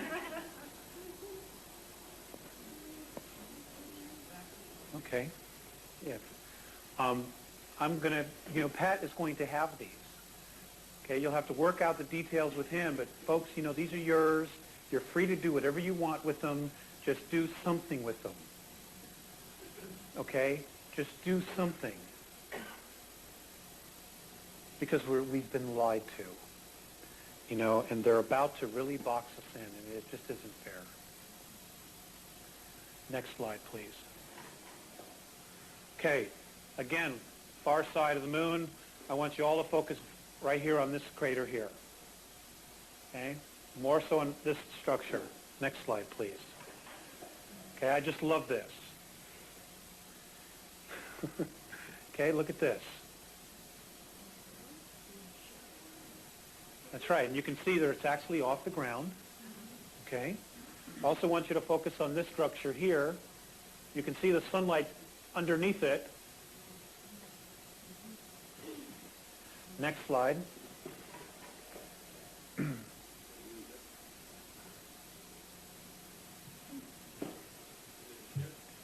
It's a ship. It's a ship. Clear as day. I'm sorry the lunar couldn't read the numbers on it, but now this crater is supposed to be 14 miles. If you look at the idea that it's 14 miles, now this particular photograph was taken from 86,000 feet. This is several miles long. That's a fairly large craft, I'd say, when the shuttle is allegedly the best we have. Next slide. Okay, in this photograph, Mornay insisted I put this one in because this whole structure here used to be covered by a dome. And this area in here was destroyed, he told me, by particle beam weapons that belonged to the Pleiadians.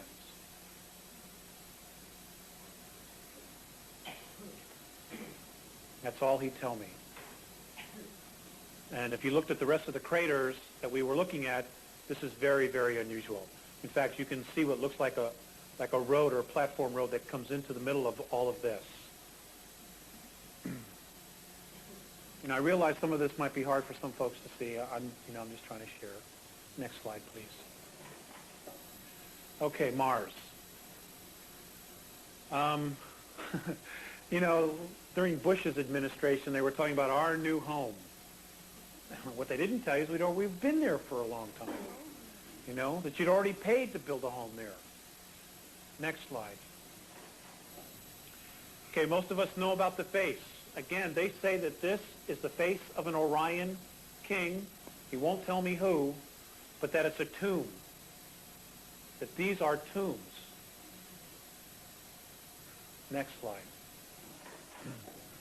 Olympus Mons, allegedly the largest volcano in our solar system. These are clouds. This is not frost.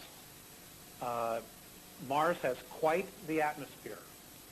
There's quite a bit of moisture there, and as I told you earlier, they said that in 1971 they knew there was ozone there already. Next slide.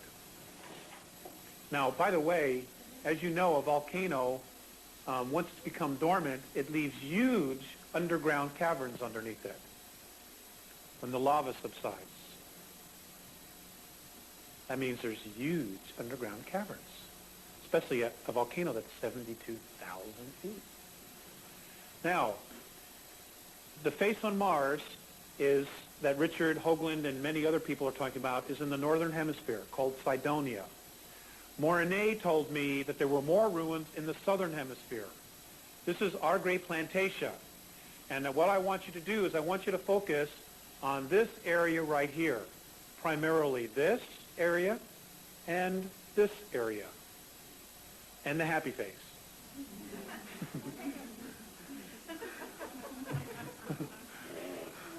Next slide, please. Here's the blow-up of it. Again, it looks like a half of a face. There's the helmet, partial of the face. He said this was destroyed, and here's 3 pyramids. 1, 2, 3.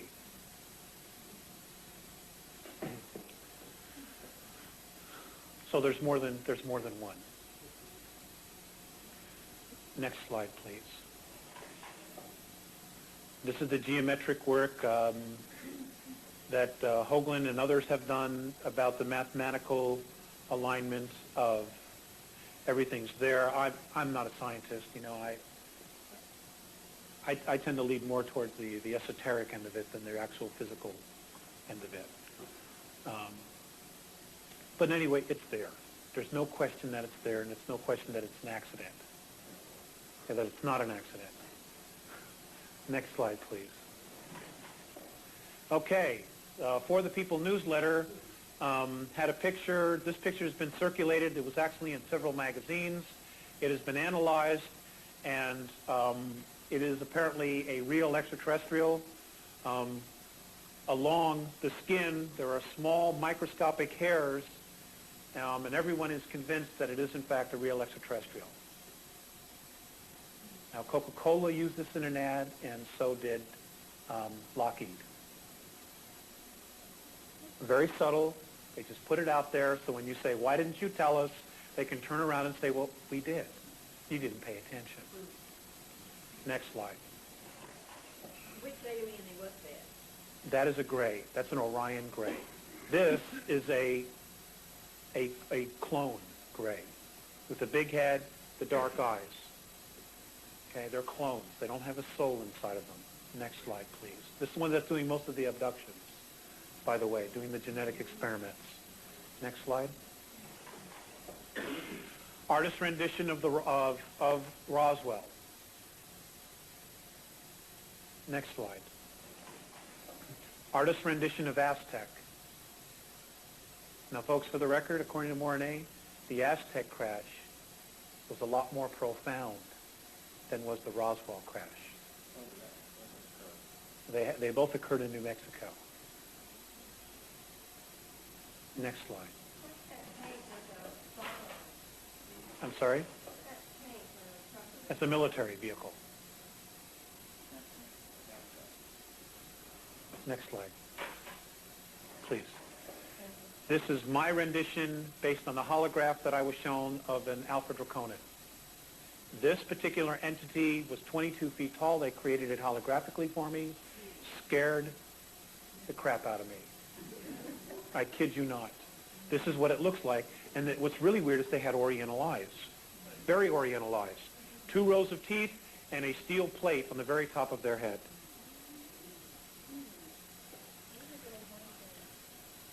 They're horns. They're horns.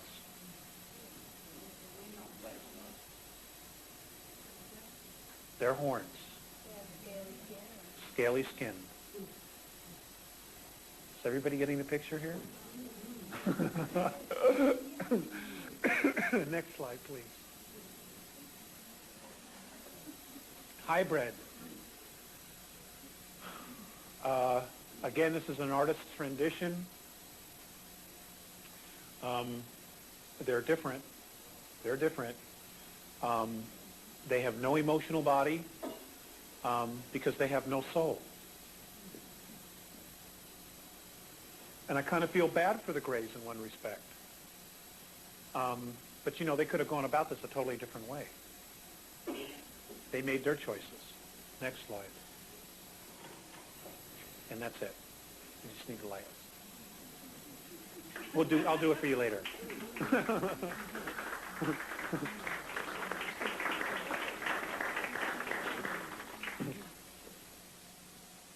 Here's the Life magazine,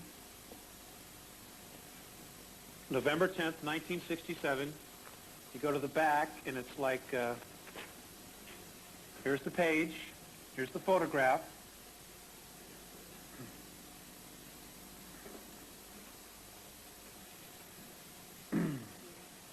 Okay, that shows the egress at the top of the planet. The very top, see where it's flat? And of course, we all know about the ancient legends. You can't go, if you sail so far into the ocean, you'll fall off the edge, and there's terrible, terrible monsters there. Okay? Monsters being probably some dinosaurs.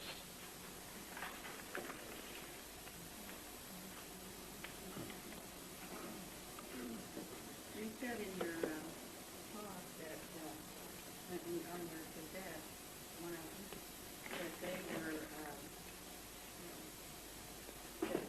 their rank status was measured by the length of their tail. That's correct. And the draconian races. That's right. Okay, we're officially doing questions now. This is the part I like. Okay, if you could stand up if you want to ask a question, because, give me a hard time about stuff. Does anybody have any questions? Yes, ma'am.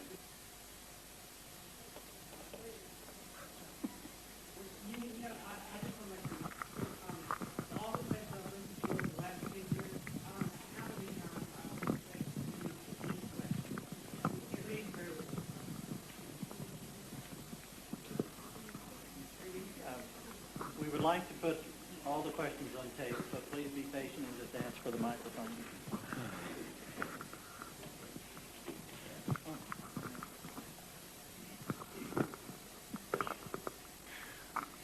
Okay, my first question is, you mentioned that there were some humans that were put on another planet that the Andromedan saw.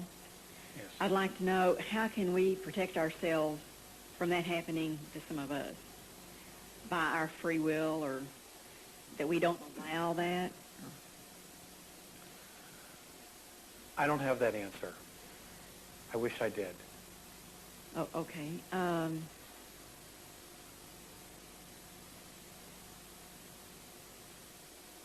Myself and I know several others have always felt like we've always wondered why we were here at this time.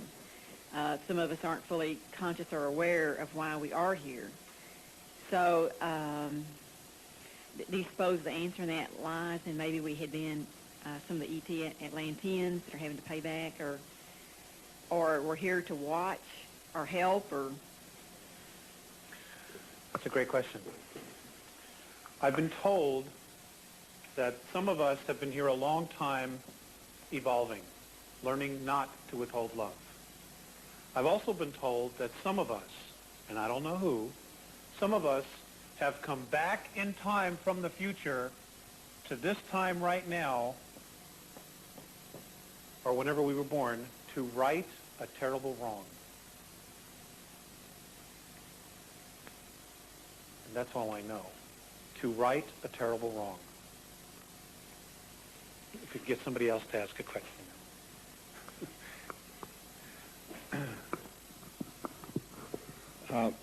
I'm trying to correlate information that you put out and that we've heard it, elsewhere.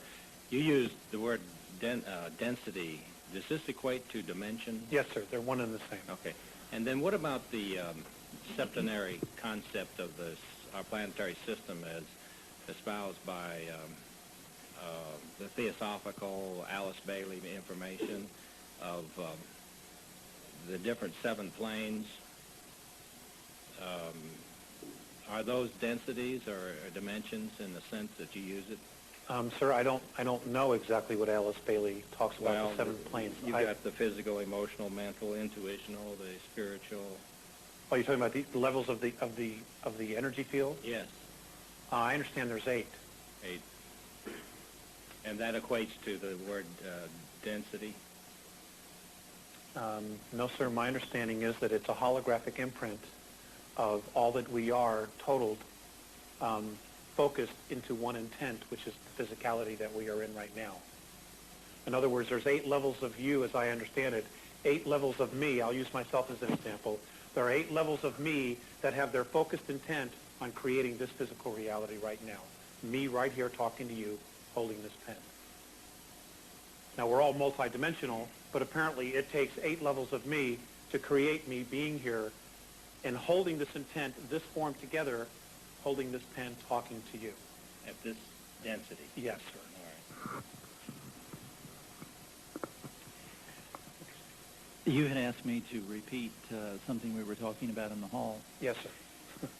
I had spoken with Alex in the hall and mentioned that several years back I was told by a friend of mine who worked most of his adult life in the CIA that his brother, who had retired as a director of operations from NASA, had told him that the meeting, if you'll remember, I think it was in 1990, between George Bush and Gorbachev on a boat off the shores of Malta, which is a very secure location, was solely for the discussion of the object in orbit around Mars. And the comment by this man was that both governments are just scared to death. And I think that was around 1990 that they had that, which would correlate with the 1989 takeover that you mentioned on your tape. Of Mars. There was one other thing we were talking about. Do you remember what it was? No. It seemed like a lifetime ago. Well, I'll think about it in a little bit. I was told in 1989 that, how do I put this? What happened was we were given technology, and apparently we were allowed to colonize the moon and Mars. And the best and the brightest and the finest technology that we could create was taken to Mars. And some of our strongest genetic human beings on our planet were also taken there to start another colony. Once that happened, in 1989, apparently the Draconians reneged the deal and actually invaded Mars and have virtually destroyed the colony that we had there. I was told this occurred in March of 1989. I believe it was March of 89. Along with that, our government was told to totally trash our environment, to bring the people to its knees. Now, other people have heard other things, and that they were given a promise by the Greys that they would use their technology to help clean up the environment once we had extinguished self-rule on the planet. Key word here, self-rule. According to Moronnay, the Greys have absolutely no intention of keeping that promise. None whatsoever. So the bottom line here is, folks, it is we, the people, that need to stand up and take over the leadership roles on our planet. And I don't know how we're going to do it, but one thing's for sure, if we do it together, we will succeed. You know, we got to put our penny-ante little garbage aside for a minute and look at our priorities. And what are our priorities? It's our environment, it's each other, and it's our kids. You know, we just have to do this. Somehow we have to do this. Are there any more questions? Yes, sir, in the back.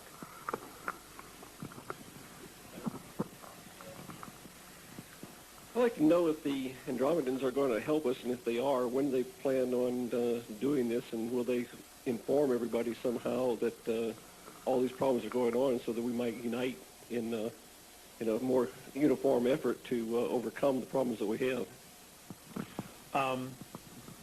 Actually, they've actually made that decision by telling all of the ET races, and I understand that many of the crop circles are actually from the Andromedan Council telling them of the deadline of August 12, 2003 to be out of here. So they have obviously made a decision to interfere. If it's going to be any sooner as far as them completely interacting with all of us on a mass level, I'm told that it's going to require 10% of the population asking. They will not intervene unless 10% of the population asks voluntarily. This cannot be a mass hypnotic suggestion to ask. We each have to individually ask, and it has to be 10% of the population. And he said, by the time you finish your prayer, we'll be here. They want to help. They want to help. But they don't know how to help because we have free will.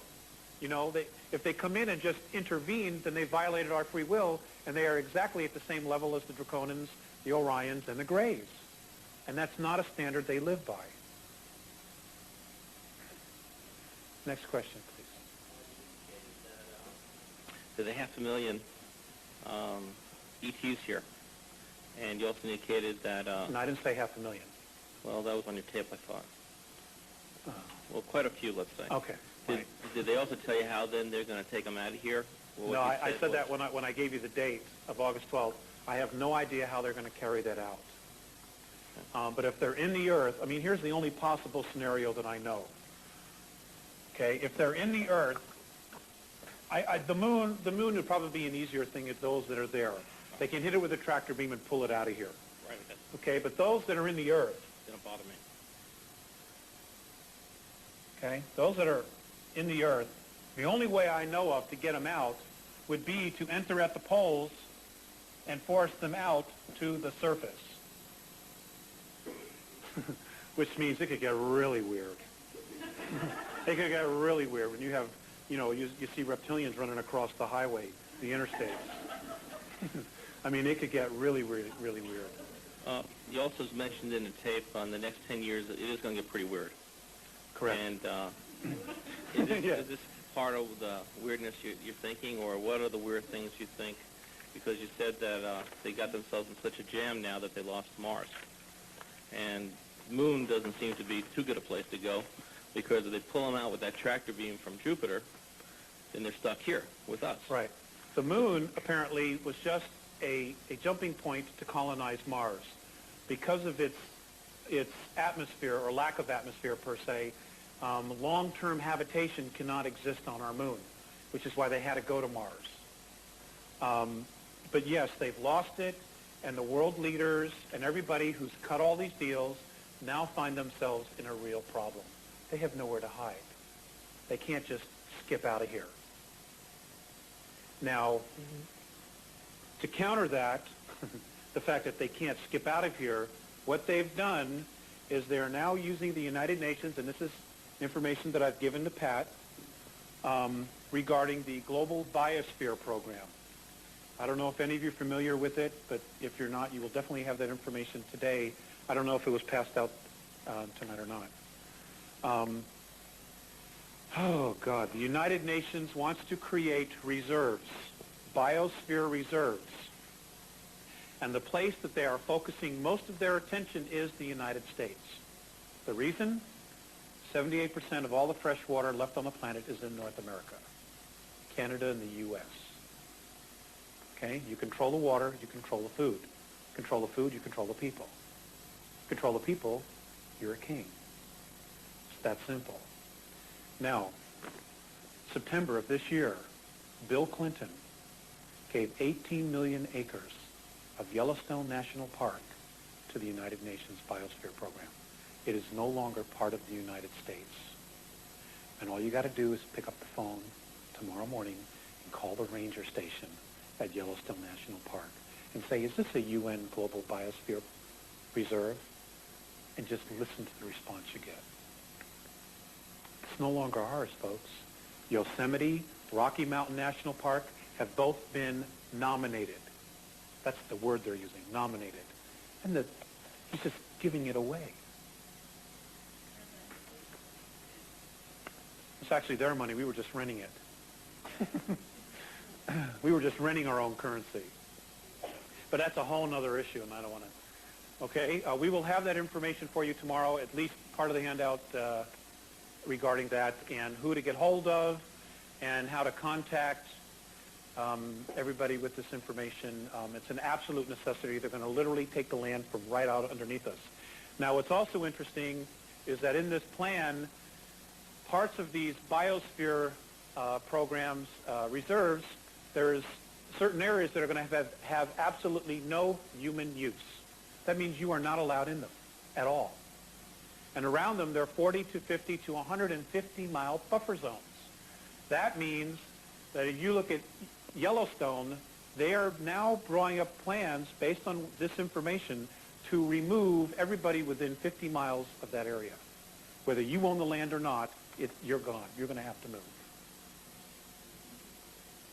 What are they going to do? These people, nobody's really said. Supposedly it's so the wolves can come back and the grizzly bears can come back. If you look at 100 wolves, they need approximately 22 million acres of roaming territory. That's Connecticut, Rhode Island, and half of New York and New Hampshire.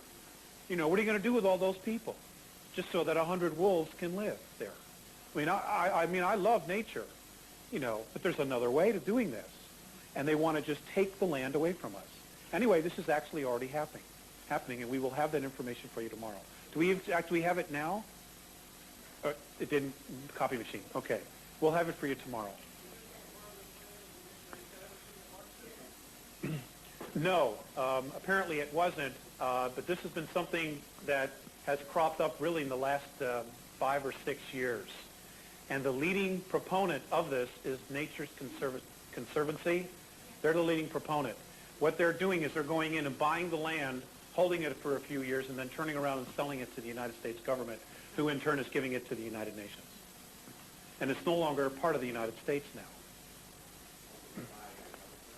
now. Clinton gave it to them, is what the report says. Gave it to them. What's wrong with this picture? Yes, sir. You're talking about something a little bit more that I'm familiar with. Last year or 2 years ago, they had a convention in Rio de Janeiro to talk about the principles that would be put into effect with the Biodiversity Treaty. And there was a couple of lobbyist groups that raised attention in the Senate, and it was stopped. It was not ratified. But the government's implementing these principles anyway. And there was a speech done here in Lubbock, Texas, for the East Texas Environmental Plan, which is doing exactly what you described. In fact, they'll be using non-government organizations to fight the fact that the treaty was not ratified, so Yes. they don't have any authority to do what they're doing legally. So they're going to have to do it. They know that they're going to get into a legal battle, and the money is being drawn with out of our treasury or out of our reserves, given to non-government organizations to fight the municipalities that'll resist. They'll give up, and this will set the precedent since they don't have a treaty authorizing it. I'll bring a copy of that speech tomorrow. That'd be great. So this is really dangerous. You know, I mean, their goal in the next 5 years is that the United States of America, as we know it, is going to cease to exist. You know, and they're just going to put us all to sleep. Oh, yes, ma'am. I would like to get off of this for a moment, and I'd like Okay. to ask you if you know what happens to us, the spiritual us, the spirit that leaves the body, when we leave this body behind. Where do we go? Anything else? Anything else you've got? This is going to stretch your belief systems. No, it won't.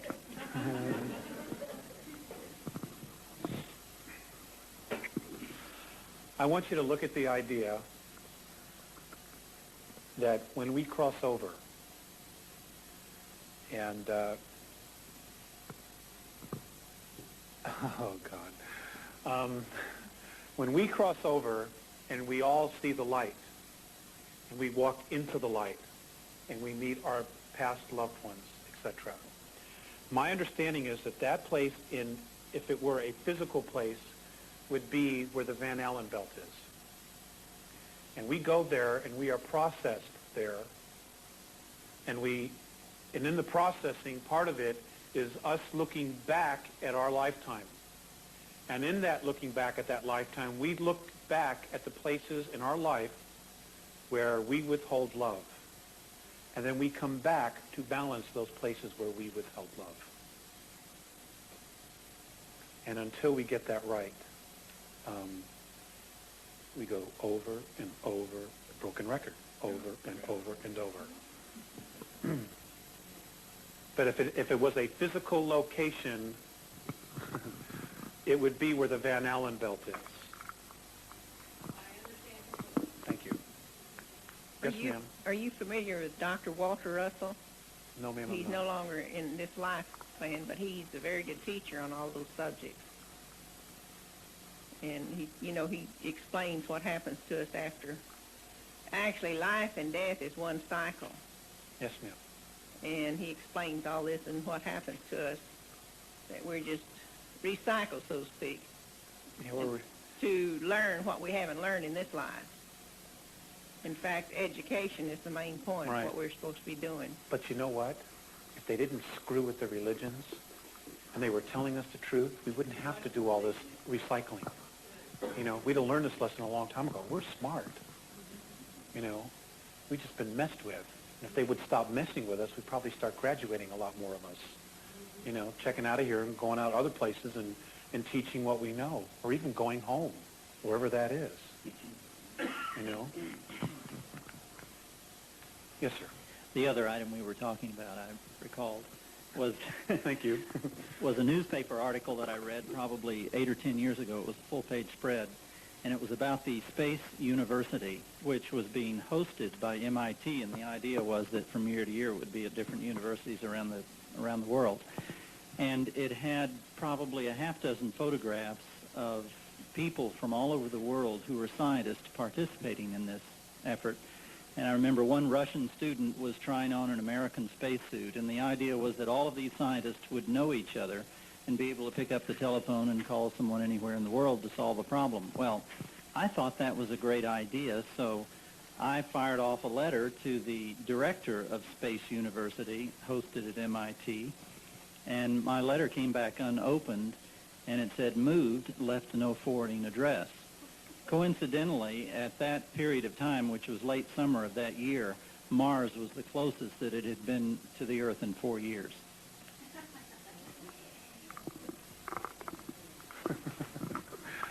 Oh, God. I said to somebody during the break, we are living the ultimate soap opera. Yes, sir. Could you further explain what the Andromedans said about holographic projection with our own minds? They say that we record everything, all of our experiences, when your eyes are looking at me right now, that your brain is recording everything that's gone on here today holographically. And holographically is not necessarily third dimension. I cannot draw a holograph for you. But essentially, it is 5 to 9 parts of the image that you're seeing here. Your brain is recording it, not only just what you see of me physically, but your brain is also recording my energy field, the thoughts that are in my aura, my energy field. It can see, like mine can see yours on a subconscious level. But consciously, I can't. On a subconscious level, it's recording it, but consciously, I can't see that. But the mind is recording all of that all the time. And they say that we have the ability to recall that and be able to tap into it. I haven't learned how to do that. I will tell you that I've been experimenting a lot with telepathy. And the easiest way to do that is to start with your household animals, your pets. I've got our cat down pat, And in fact, we're so in tune with each other that if I think about the door, if I even hold it in my mind, he goes and hides under the bed because he knows I'm going to put him out.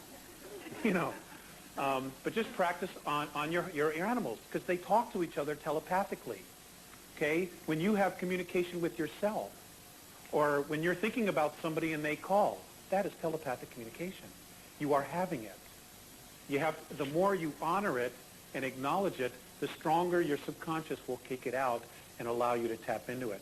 But if you say, oh, it was just a coincidence, and you go into denial, it shuts down. It shuts down. So, if everything is a belief system, everything you tell yourself will manifest, the good and the bad. It all starts here. Mornay made reference to the fact that the whole universe is changing because thought is changing. So they're synonymous. They're one and the same. Any more questions? Oh, this has a gal in the back. Yes, ma'am. Better sit down.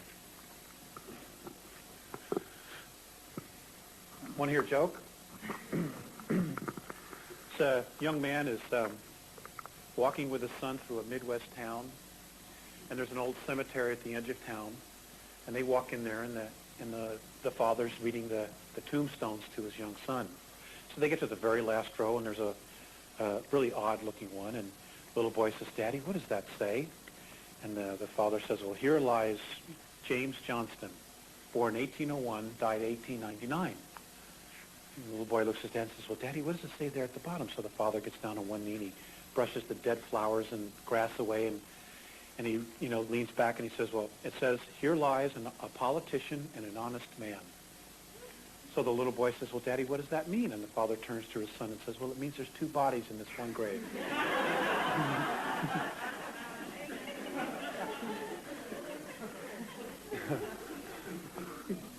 Yes, ma'am. In reference to the holographic camera that you spoke of earlier that could heal ourselves, I'm wondering, is that can that only access this incarnation, or can it go further back? It can go further back. Could it not take a picture of our DNA prior to its removal? Yes. That's what I was just wondering. Which we absolutely have recorded within our energy field. Everything we've ever been is recorded there. Read between the lines, please. Yes, sir. A martial arts instructor that had a copy of a patent from the U.S. Patent Office. And when I went through it, what it was it had something to do with every object emanates some kind of radio wave.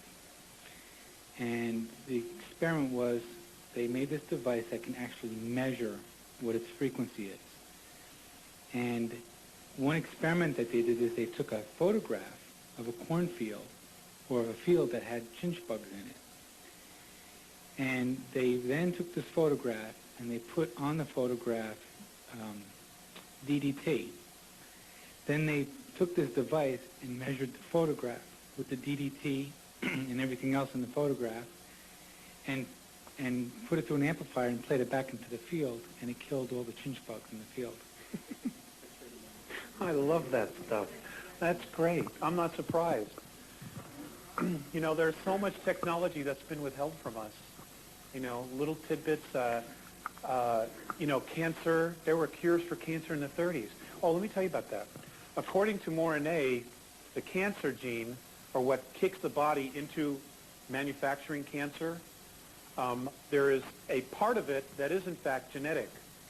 And he said, Morine has said, that when our physical bodies were created, they put in certain genes to make the bodies grow faster.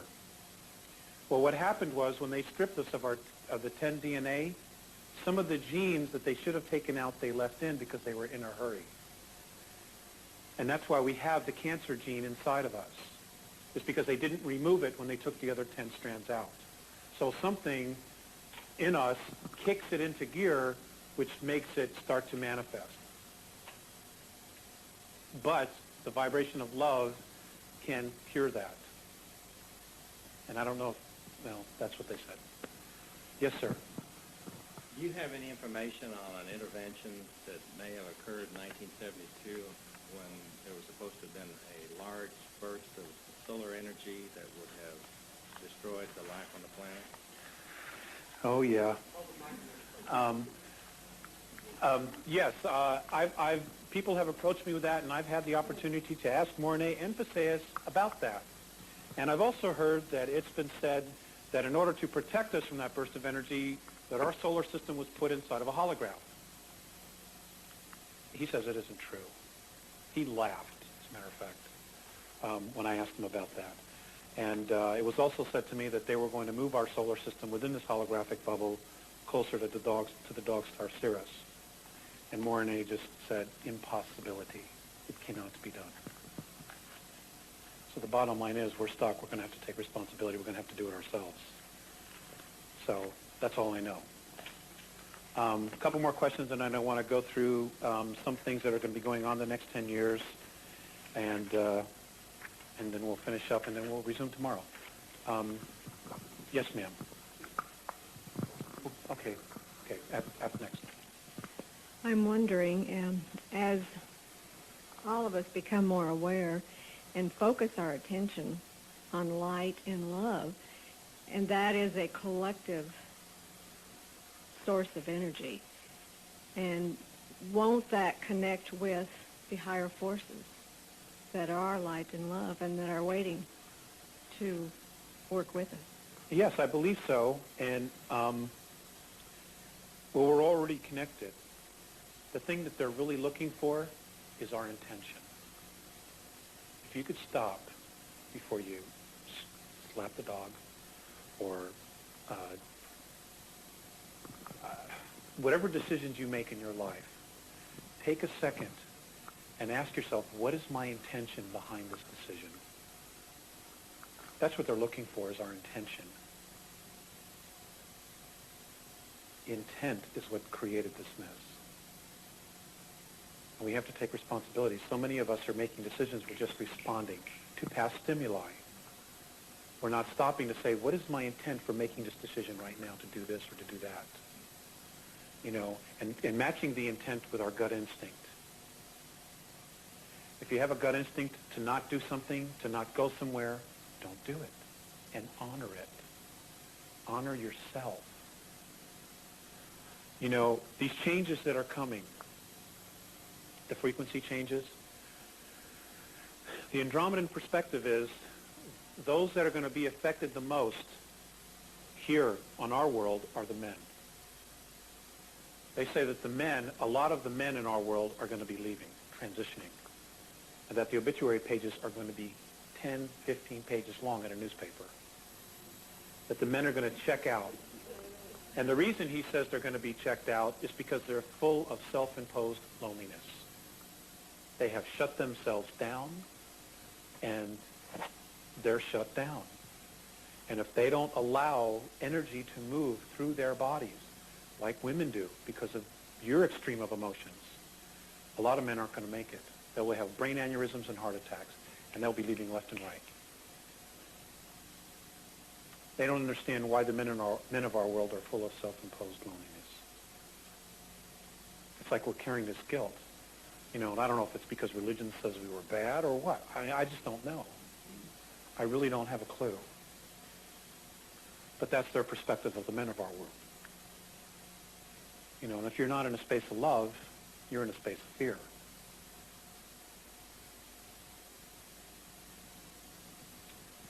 Yes, sir.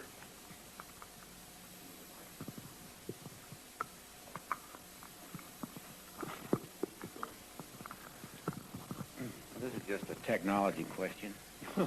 Not my strength. Well, did the Andromedans ever use or mention a form of energy called scalar electromagnetics? No, not to my knowledge. The only form of energy that I know that they use is holograph and hydrogen. How about, has there ever been any talk about a blue star? Yes. You know one that's coming? Yes. Okay. How many of you are familiar with Hale-Bopp, the comet that's coming? Well, according to Mornay, it is not a comet. It is a protocol ship from Orion. It has at least 4 spiral structures on it. It is carrying 2 moons behind it, has an atmosphere of at least 2.4 million miles, and when it enters our solar system, it is going to go around behind the sun. The 2 pods or 2 moons behind it are going to move into an orbit of Mercury, and our government's going to make a public announcement. They're here, okay? They are not here to help us. They're here to make sure that control is maintained. February and March of '97. And for those of you who don't know, you better look into it, because this comet has changed course 3 times. And comets don't do that. Sorry. You know, somebody at NASA, when they were asked about that, said, well, it was the gravitational pull of planets, and thank God a reporter was smart enough to say, well, what planets? You know, and it ended right there. The discussion ended right there. So that, you know, that dog doesn't hunt. So, you know, change is coming, folks. Change is absolutely coming, and if you're not ready for it, then you better get ready for it. And if you are ready for it, get even more ready for it. You know, tell your friends, even if they don't want to hear it, even if they think you're crazy, just say something bizarre and crack the shell of denial. Just put a crack in there. And when they start hearing these little bits of pieces or these little rumors, they will remember, and they will come back to you and start asking you about it. You know, oh, God, we're running out of time. You know, we're really running out of time, and we can do this. We really can do this. And we can do it ourselves so that we can be proud of ourselves that we did it. And we didn't have to depend on somebody else to save us. That will really empower us to be better, who we really are. you know? And when it starts to hit the fan, when UN helicopters are flying over the U.S., don't turn on each other. It's exactly what they want. Do not turn on each other. We can kick their ass. We'll take 2 more questions, and then I'm going to do something. Yes? In the tapes we were asked to listen to before this evening, and I'm clear you're not clear which ones those were. November 94. Okay. Okay, whatever. What I understood you to say, not what you said, but what I understood you to say was that that evil was a function of our own beliefs. Do I have that right? Yes, sir. Okay. And if you go one further, that in fact matter is a function of our beliefs. That's correct. So everything is a belief system. Okay. So what is the intent behind what we believe? And I'll go back to what Morine had said that I shared with you earlier. It is not so much why you believe it, what you believe, as to why you believe it. So then, if you stand on those two things, then in fact there is no matter and there is no evil. Technically. Very, very high, I understand. Very high understanding, Yeah. right. Okay. Technically, that's correct. I just wanted to get that on record. But I'm not at that level. Right, I'm not either. One more question, and then I want to share some things with you. Okay, I had 2 quick ones, actually. 1.5. All right. First, that comet, allegedly, that hit Jupiter, Mm-hmm. I wondered if you'd heard anything about that, because when you look at it just from primary physics, the way it broke up, as they told us, is not the way it happens. In other words, all of those chunks were in a perfect line entering into Jupiter, and that's just not the way it happens. It would cluster. What was that? I don't know. Secondly, I see a parallel in a lot of belief systems, and I'm wondering if you have any information on whether it's part of the overall historical world programming.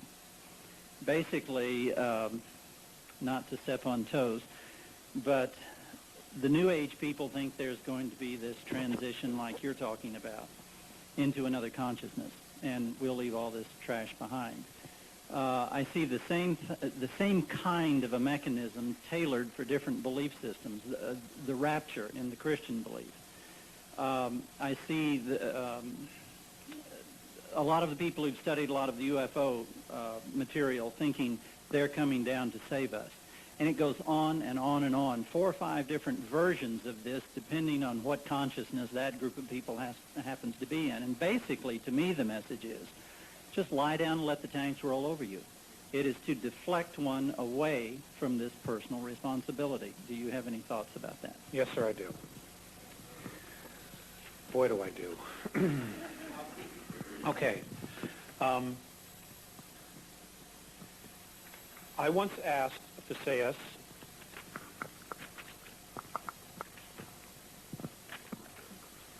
to give me a definition of our future.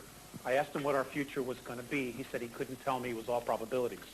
I said, well, what can you tell me? He says, well, I can give you a definition. This is the definition of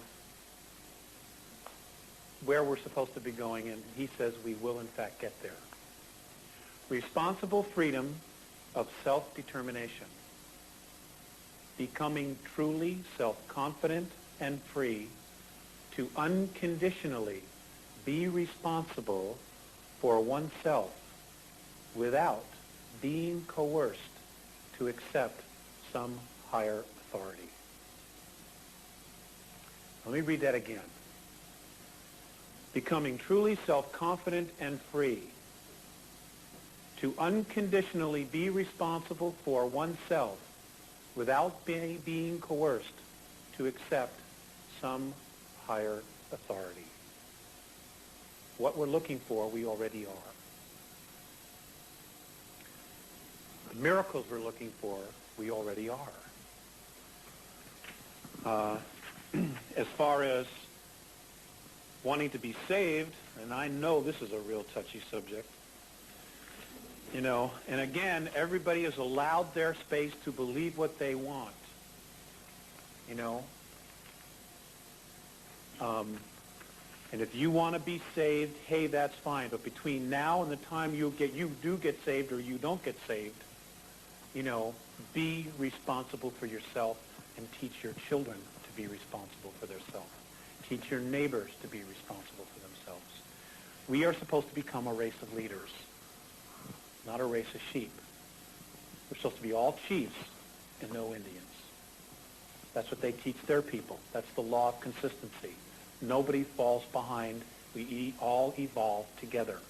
The children are supposed to be taught everything that we know and more. Nothing is to be withheld from children. They are to know everything because that's the next level of consistency. And we don't do that. I mean, I can't believe what they're teaching kids in school today. They're teaching them nothing. Nothing. You know, they can't solve any problems for themselves. You know, they're being taught what to think so they can spit out facts like a computer. They're not being taught how to think for themselves. You know? And folks, we owe it to them to teach them how to do it. Somehow, some way. Schools are just babysitters now. That's all it is. In Andromeda, the people that are held with the highest regard and esteem are, in fact, the teachers. It's not the politicians. It's not the millionaires, so they don't have a monetary system. It's the teachers, because they're the ones that affect all the future generations. They're it. They're the cream of the crop. Here, you know, half of the teachers are starving. You know, they can barely buy a new car to get them to school. It's ridiculous. We're doing this thing half-assed backwards.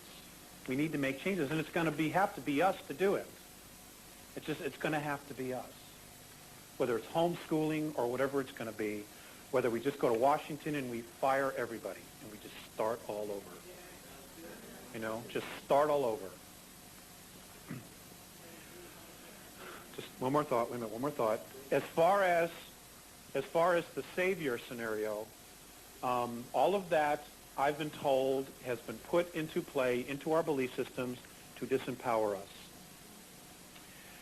Now, this is touchy, so I'm just going to share with you what they've said. And I'm going to pick on the New Testament, and I apologize. And again, I'm not trying to offend anybody. I am sharing information that they have given me. This is their perspective. In the Old Testament, most of the Old Testament, particularly that of Genesis, is plagiarized versions of Chaldean texts. That was done in 651 BC. It was altered for the first time and changed. The being that we have been taught it through history as Moses was in fact two people. One of them's name was Moab, who was a Chaldean chief, and the other one was Prince Sesostris, who was a prince of Egypt, one of the families of Egypt. And what they did was they put the two together and created a composite character. So it isn't what it appears to be. When we get to the New Testament, apparently the 9 epistles of Paul were brought from Texala, India, by one by the name of Apollonius of Tyana.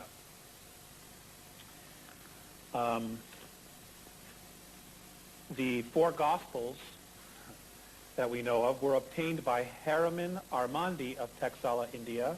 They were Hindu in their original form by, again, Apollonius of Tyana, who is in fact one and the same as Paul the Apostle.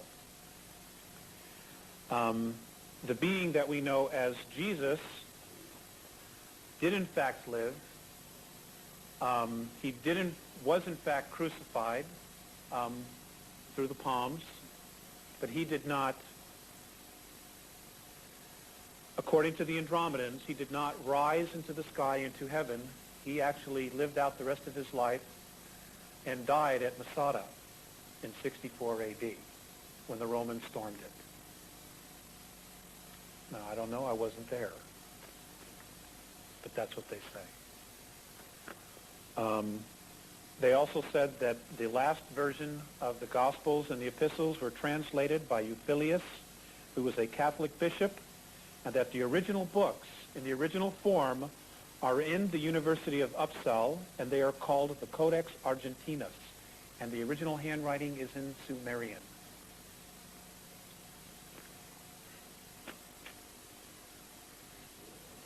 That's real old. So that's all I know. And that, again, that is their perspective.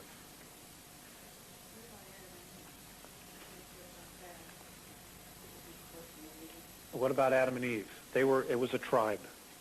It was not two beings. They just, basically gave us the Cliff Notes version of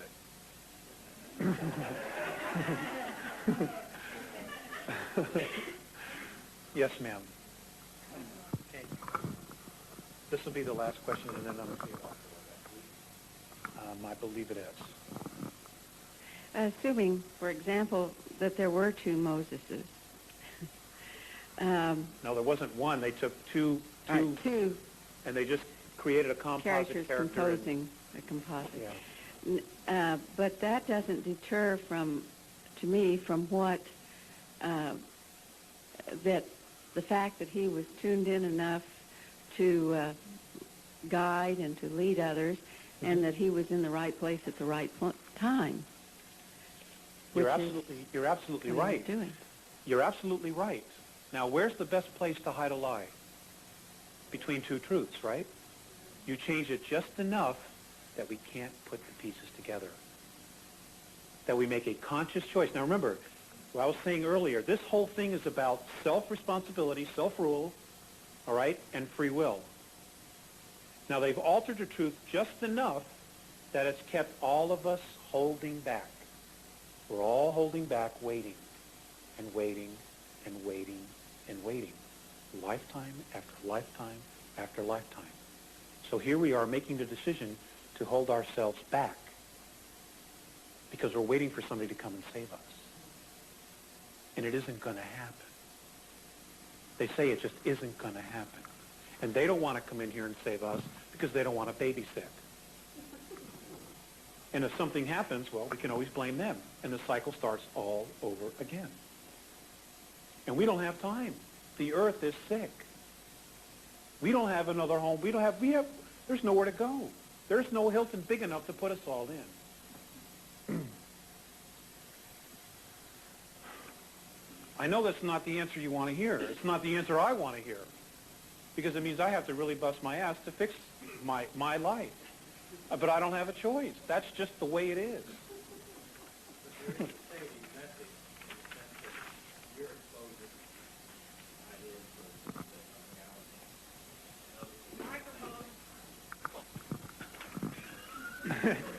I think they're going to ask you to repeat it.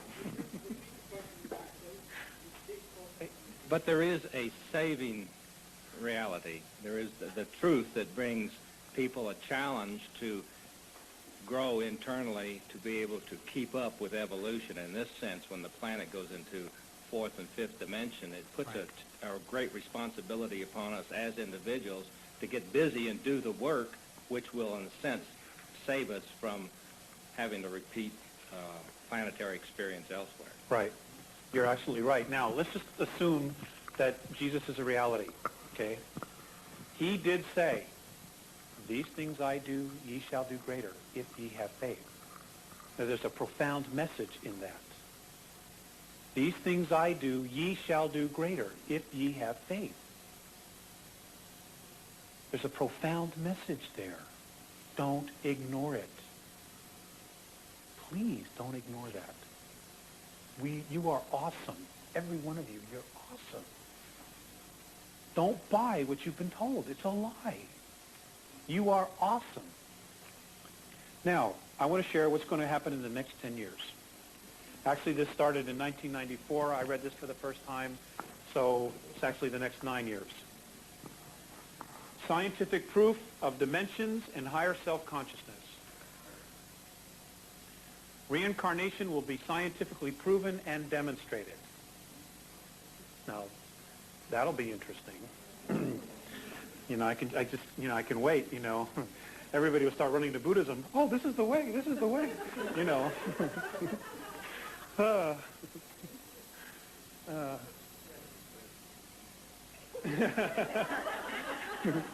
This is the way. Acknowledgement of other life in the galaxy and universe, and ample proof already exists on the Moon, Mars, Earth, and Venus. Venus.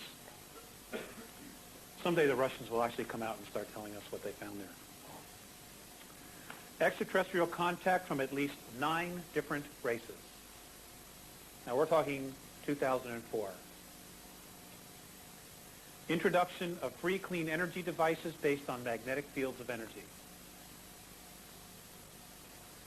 That the Earth is hollow and capable of sustaining life, and the existence of a city known as Kal-Ni-Gor, K-A-L-N-I-G-O-R, within the hollow Earth that was originally built by Lyrans. Rediscovery of the lost lands of Atlantis and the Pacific and Antarctica. There's a lot underneath that ice, folks. And in the Pacific, a very large temple complex that is still intact that belonged to Lemuria that is approximately 151 miles southwest of Easter Island. Now, the Russians already know it's there. And if they know, then, you know, we know. The reality that we all see in the physical is a holographic imprint directed and created from a higher portion of ourselves. That human consciousness is not in the brain, but located in its entirety in the energy field and aura. You know, when a body crosses over, it loses anywhere from a half an ounce to 4 ounces of weight. That's you, folks. That is really you. You know, that's you. This is just a suit. How our past and present educational processes have not prepared us to be completely conscious, creative thinkers. We definitely have to change that. That organic and plant life forms do exist on 7 planets and 15 moons in our solar system. Another major revelation. Rediscovery that each of us is a part of the whole of the universe, and that we are a significant part of that idea that we call God, and that God is the idea called love. That this accelerating self-discovery being experienced was created and activated by all of us. And that we, as a product of extraterrestrial genetic manipulations, are possessors of a vast gene pool that has many different racial memory banks of at least 22 different races. Because of our genetic heritage and because of the fact that we are spirit, the benevolent extraterrestrial races actually look at us as being royalty. They look at us as being royalty. Well, that's the best kept secret in the solar system. At least on this planet, anyway. They actually consider us royalty, all of us. Okay. Now, I would like to just end this with a prayer. I'd like you, whatever questions you have tonight or tomorrow, for those of you who are coming back, please write them down. I would like to spend a lot of time on questions tomorrow if you want. But what I'd like to do is to end this with a prayer. It's a Native American Indian prayer. My wife and I feel a very strong kinship with the Native Americans. And as Chief Joseph said, it takes few words to speak the truth. And I have found that the Native Americans' way of putting things is direct, to the point, and simple. So we're going to end this with this little prayer. So make yourself comfortable, kind of loosen up and chill out.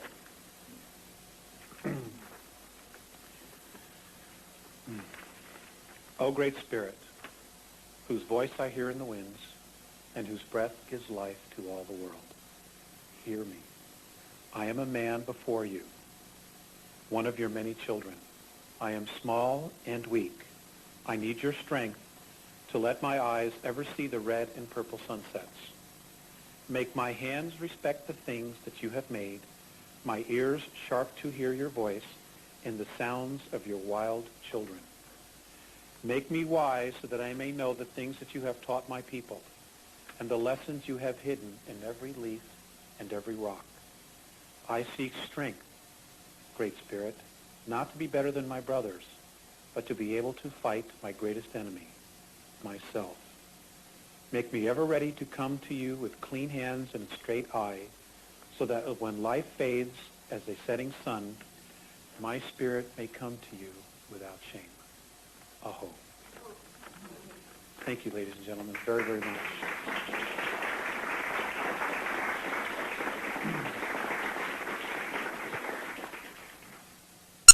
Which three know already who they are. They have come in with full consciousness. Now, your World Banker families, and I'm really hesitant about this being on tape, your global banking families, and I'm not going to mention any names specifically.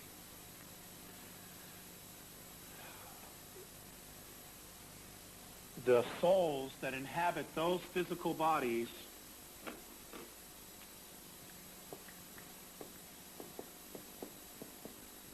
are Maldekians who know who they are, who know who they are. Bless you. Now, I'm going to share with you in this the concept of the walk-in, what Morine has told me about it. There are both negative, well, there's positive, and there's negative. I'm going to focus on the negs first.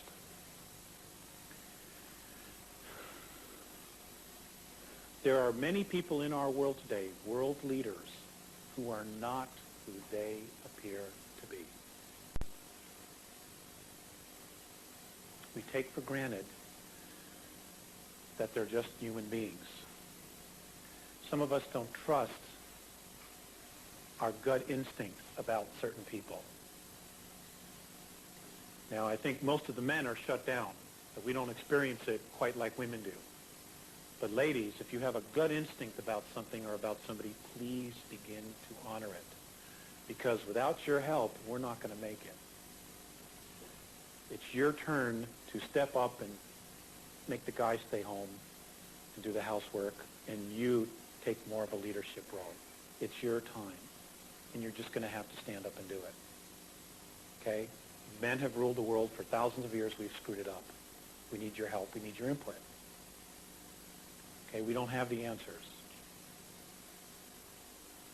And I don't like saying that because it's an embarrassment to me, but it's a reality. And you have to deal with that truth first. The negatives, what they do, and they can do this during an abduction, during a near-death experience, all kinds of other things. Here's how they do it during an abduction. A man will be taken on board a ship during an abduction. His body will be put into a coma. They will slowly bring the body to death. At the moment it achieves death, the soul exits. Do you follow? When the soul exits, using technology, they will replace this soul with another, and they will bring the body back. They can do this in 4 seconds using technology. He gets up, there's another soul in there. It looks like Batman, but it isn't Batman anymore. Okay? It's somebody else who has a completely different agenda. Now, if you're an ET, a negative ET, in order to manipulate third density, you have to be in third density. And this is how they're doing it. This is how they're doing it, along with, their craft and all the other things. But some choose to be in human form. The Orions, this is Orion technology. The regressives, need technology to create what we can do spiritually. That's the fundamental difference. They have to build technology to do what we can do with our minds.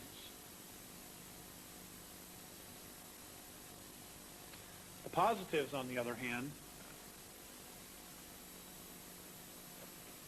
there is an agreement apparently with the soul that he will be here for such and such a period of time, and then when he decides to cross over, another soul will take in to use the vehicle to continue to propagate the lifetime and to do good works.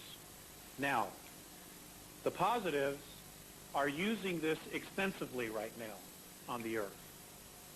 And there are thousands and thousands of what you would call walk-ins here.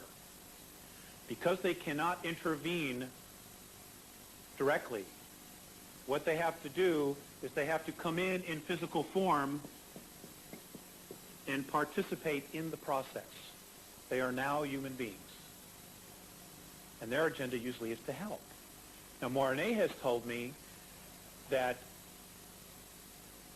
a real walk-in will not tell you who he is or she is. They will not. So I don't know who these people are that are talking about it. I genuinely don't. And I don't know if they are or they're not. I'm just sharing with you his perspective. That's what he says. The real ones don't tell you. But now that they're here, they can positively affect. And they are now subject to the same experience as we are. Pole shifts, biological warfare, all of that. They are subject to all of that now. They are now participating in the process.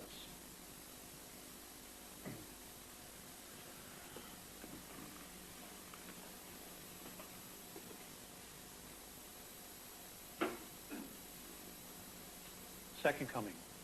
Does everybody agree that it's okay to talk about this? Everybody raise your hand if you agree. Okay, thank you. Do you guys raise your hand? Okay. I'm real serious about this. This is a very touchy thing.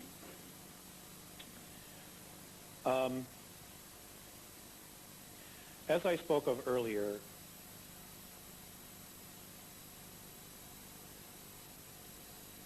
I have mixed emotions on this particular subject. You know, there's one part of me that really wants to be responsible for myself so that when it's my time to cross over, I can stand and say, you know, yes, God, I did it. You know, I take full responsibility for the good and the bad. But there's an element of fear with that because you don't know what's really going to happen. You know, you don't know if God's going to pull out the paddle or if he's going to pat you on the back. I mean, you know, you just wonder. You know, experience is really our gauge. Now, if the Andromedan perspective regarding many of our religious teachings is true, then we're being set up. Now, the Greys have the ability to create a clone. What looks like a human being, but is a robot.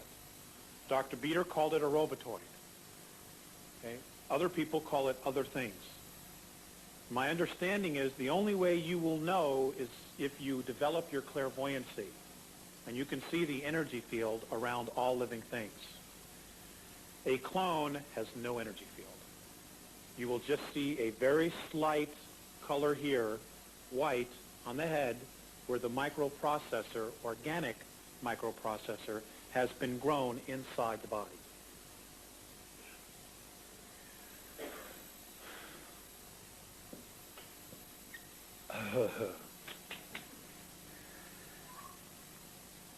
If they do this, the man who will be brought out of the clouds, probably on a UFO, will look like the image of the man on the Shroud of Turin, which I have been told by Mornay was created by the Greys, by going back in time, grabbing a cloth, and projecting a holographic image through it, which is why this cloth is three-dimensional, because they projected a holographic imprint through it. Now, a holograph is real because we're a holograph. I know how out there that sounds. I mean, this is like Ray Bradbury, science fiction, all that stuff. You know, but I mean, let's face it, the regressives are not playing with a full deck here. We already know that.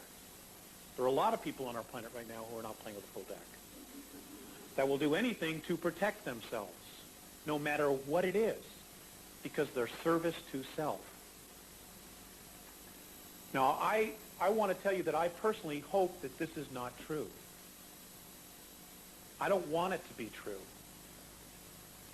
But if it is, then I have a responsibility to share it. So I put it out there and let you decide.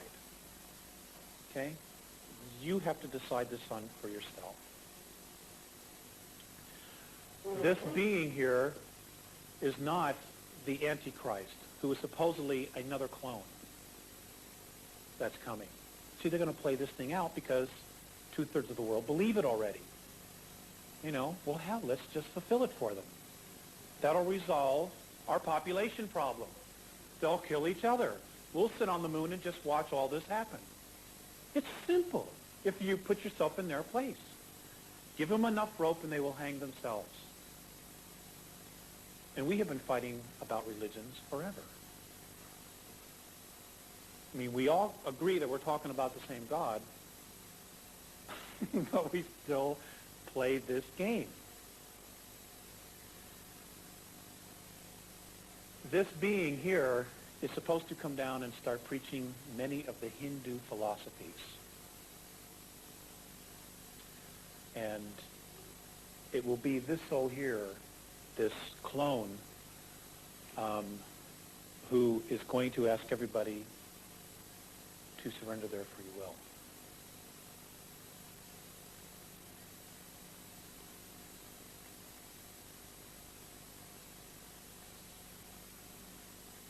Now, if we can shift the consciousness as quickly as possible to a place of love, they will not be able to pull this off. And if the Lord is real, then hopefully he'll get here a lot quicker. See, folks, I just don't know. I just don't know. This is one of the issues where I'm confused.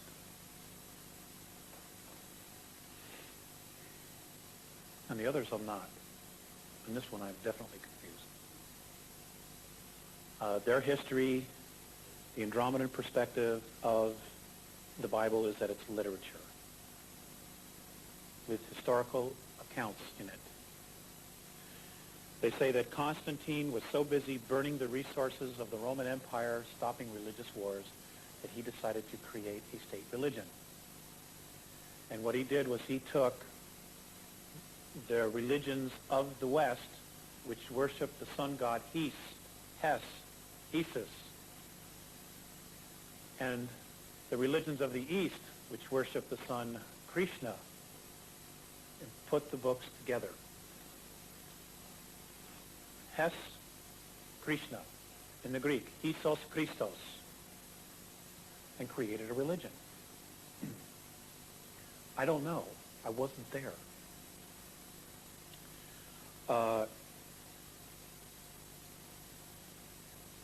Mornay said to me once, well, why is it that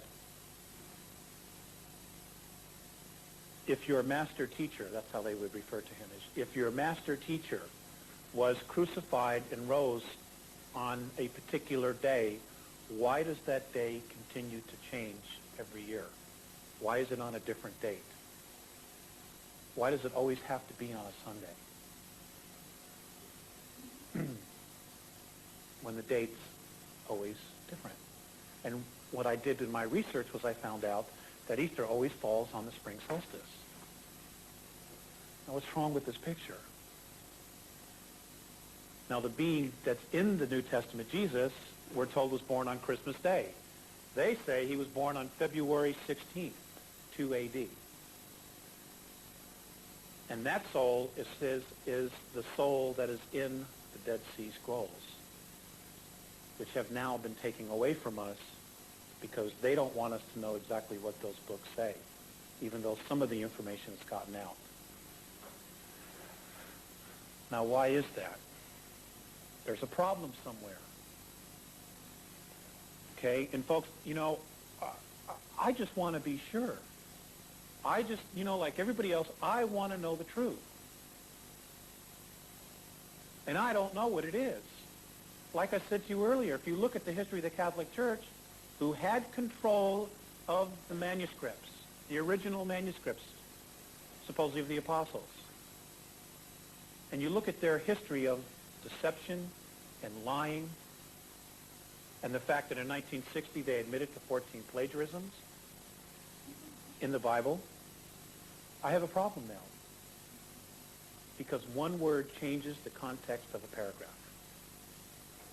And I don't want to do the wrong thing, so now I have to question everything. I don't question my relationship to God. I am crystal clear about that. But I do question the idea of I'm not responsible enough to take care of myself. I don't want to put my faith in somebody else when it's not supposed to be there. I want to get this thing right, just like everybody else does. I want to live in peace. I want to live in abundance. I want to raise a family, just like everybody else does. And so, I put this information in your care. You do what you want with it. I'm sharing with you what I know and what I don't know. But they plan on doing this. And look for something really bizarre to happen by the year 2000, January 1st of the year 2000, December 31st, 1999, the year January 1st, 2000, when all the world leaders meet at the Pyramid of Giza. Count on something really bizarre happening then. We will probably know and have information from extraterrestrials long before then. We may not meet any of them until then. But the next 5 years, 4 years are critical. They're critical. They are going to be implementing their plan of domination, of free will and self-expression. They're going to.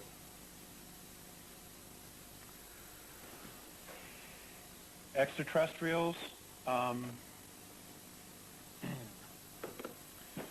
apparently when the Greys got here, they were the front team for the Orion group. Apparently they could not literally pierce our veil, that the shield that we had around our third density creation. They couldn't pierce it. Apparently it wasn't until 1931.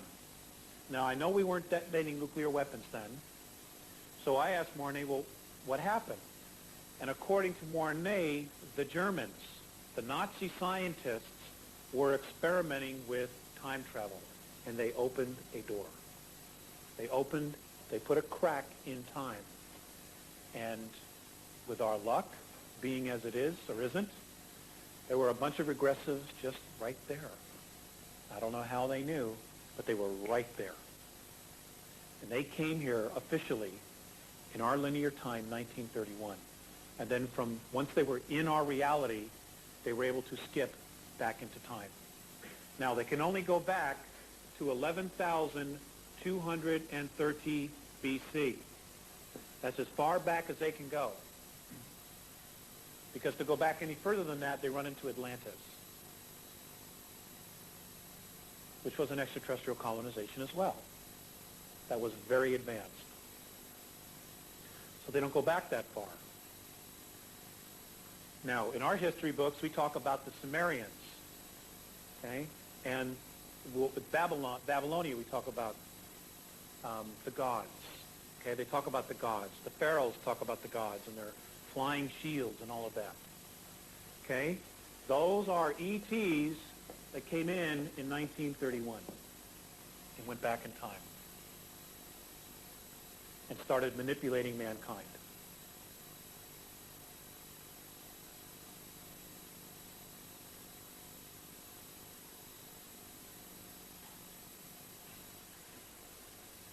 If I had time travel and I took this water jug back and I presented it to a pharaoh, he would think I was a god because I'd appeared out anywhere. I'd look differently. I'm dressed differently. If he didn't kill me first, he'd think I was a god, maybe, okay, or an angel or something.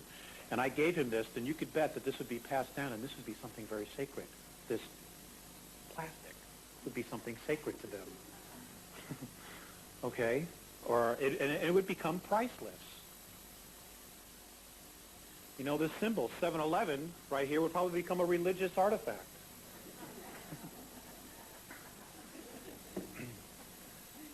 You know, there'd be temples built with 7-Eleven on it. I mean, think about it. It's scary, but I mean, it's like, wow. So what they did was, and the Bible even says this, it talks about a rebellion by man of God, okay? But it was really of the gods, of the ETs. Mankind rebelled because they were tyrannized, they were suppressed, they were on the verge of extinction. And because the strongest part of us is survival, they rebelled. So what did they decide to do? Let us divide man and give them a different language. I don't remember the exact quote, but that's what it says. It's in Genesis. Let us divide mankind and give them a different language so they cannot talk to each other. Okay? Divide and conquer. Divide and conquer.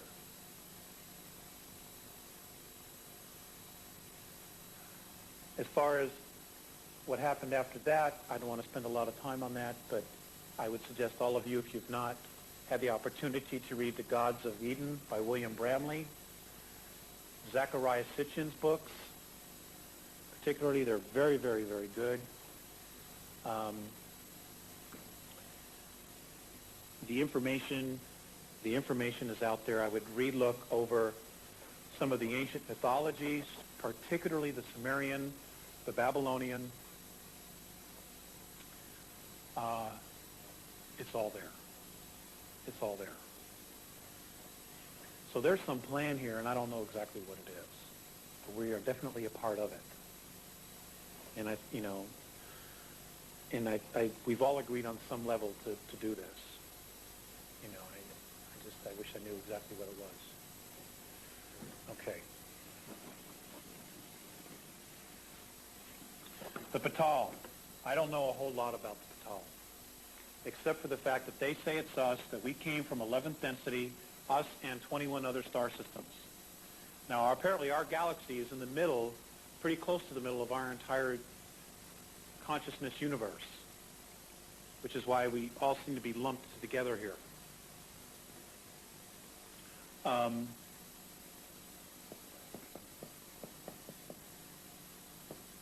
We apparently fell into the concept of time, apparently prior to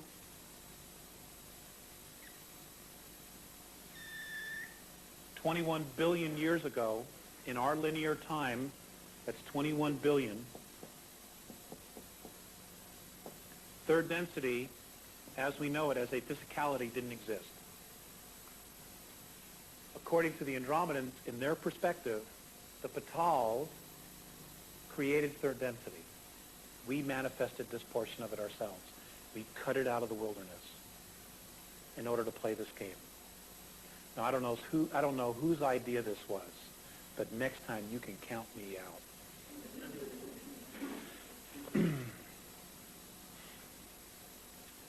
This is what they say. I have no way of proving this. I wouldn't even know where to begin to look. I guess on a soul level, I'll know someday. You know, maybe by 2007, when all our DNA starts to crack, we'll know. And if the bad guys are still here, they better watch out. Okay. We apparently started, when the universe was first created, we were at fifth density. We migrated and evolved all the way to the highest level, which means we have the experiences that are accredited to all these dimensions to the 11. Now, as we're told, everything is connected to each other. We are all connected in some way.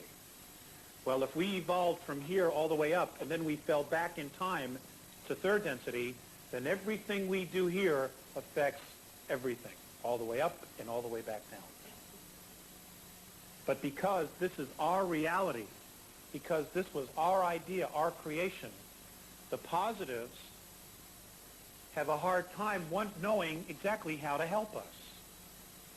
They don't know exactly how to help us because we set up the rules of free will, of self-expression. And they don't want to come in and make the problem worse because if they make it worse, it's going to affect them anyway.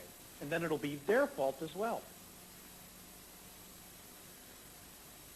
So this is why so many of the different races are talking to people. The people are channeling these entities, and they're trying to all basically give us the same message.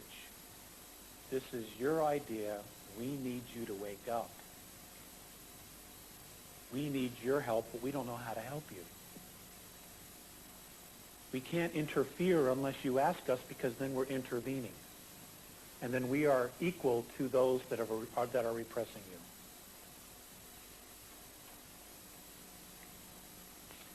It's a tough situation. But I think God's made a decision, and thank God. Because now there's another holograph forming, and it's the 12th. It's a higher frequency than 11, and it is literally pulling everything up. So I think God, if the Andromedans are right, has made a decision, well, I'm just going to change the game now. You're all coming home. I've let you play long enough. You're stuck. I love you, so I'm going to fix the situation. Which is great, because if he didn't, we only have 40 years worth of oxygen left. So we played it right to the end. We played our game right to the end. We took it as far as we could take it without self-destructing. And we're responsible for that. You know, we're all going to have to stand there together and say, yeah, well,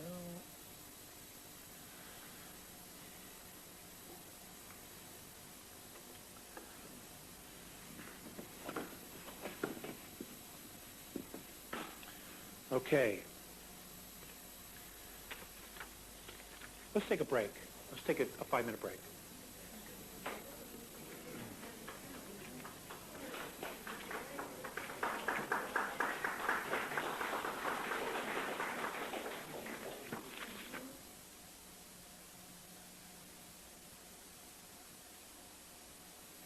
Hi. I want to share some information with you here now about our ancient heritage.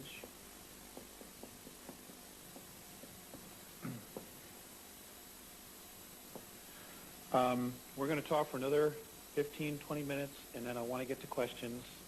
I want to talk to you about Lyra. I want to talk to you about what happened in Lyra and how we, the human race, colonized our galaxy.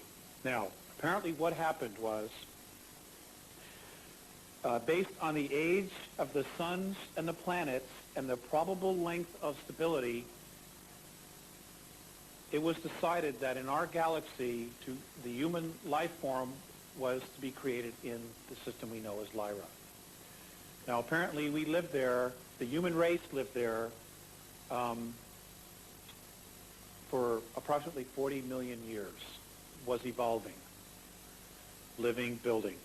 Apparently what happened was that primarily the human race was agricultural in Lyra,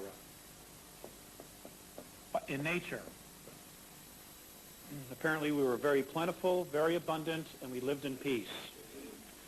Then one day, huge craft appeared in the sky.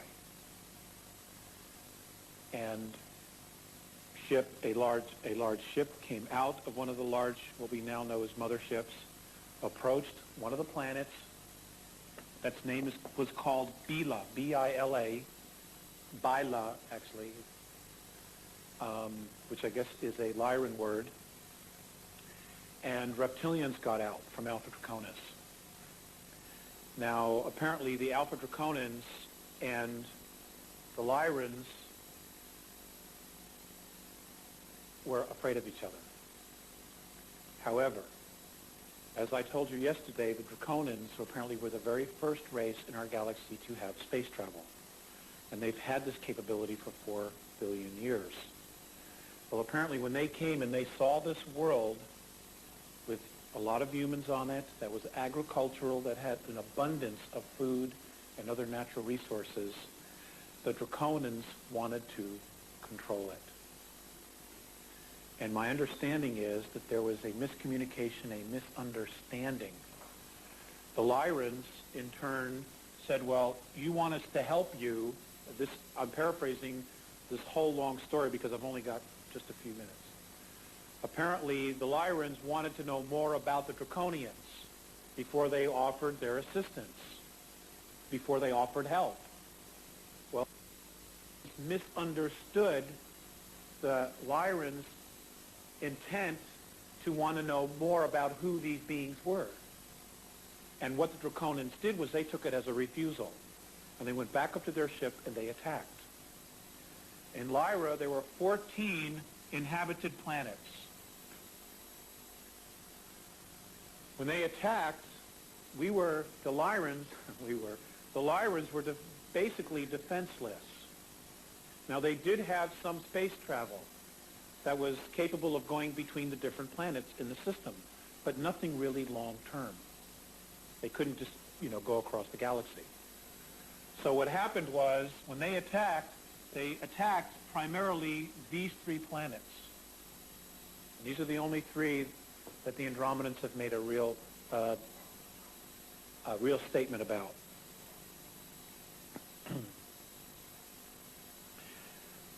These 3 planets were completely destroyed.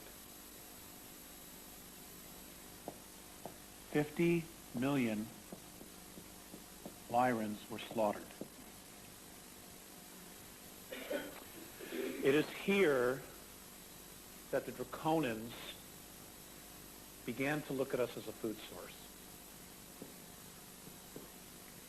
This is how old this struggle is between the reptilian races and the human races.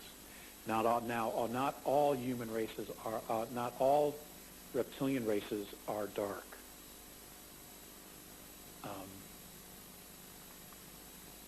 And not all human races are dark, but there's a mix.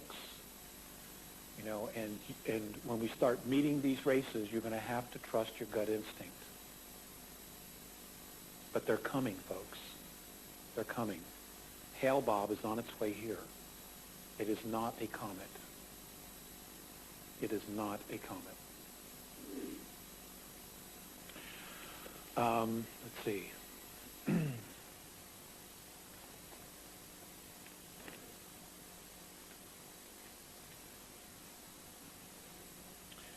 Okay, I want to talk to you and share with you information regarding the Draconians.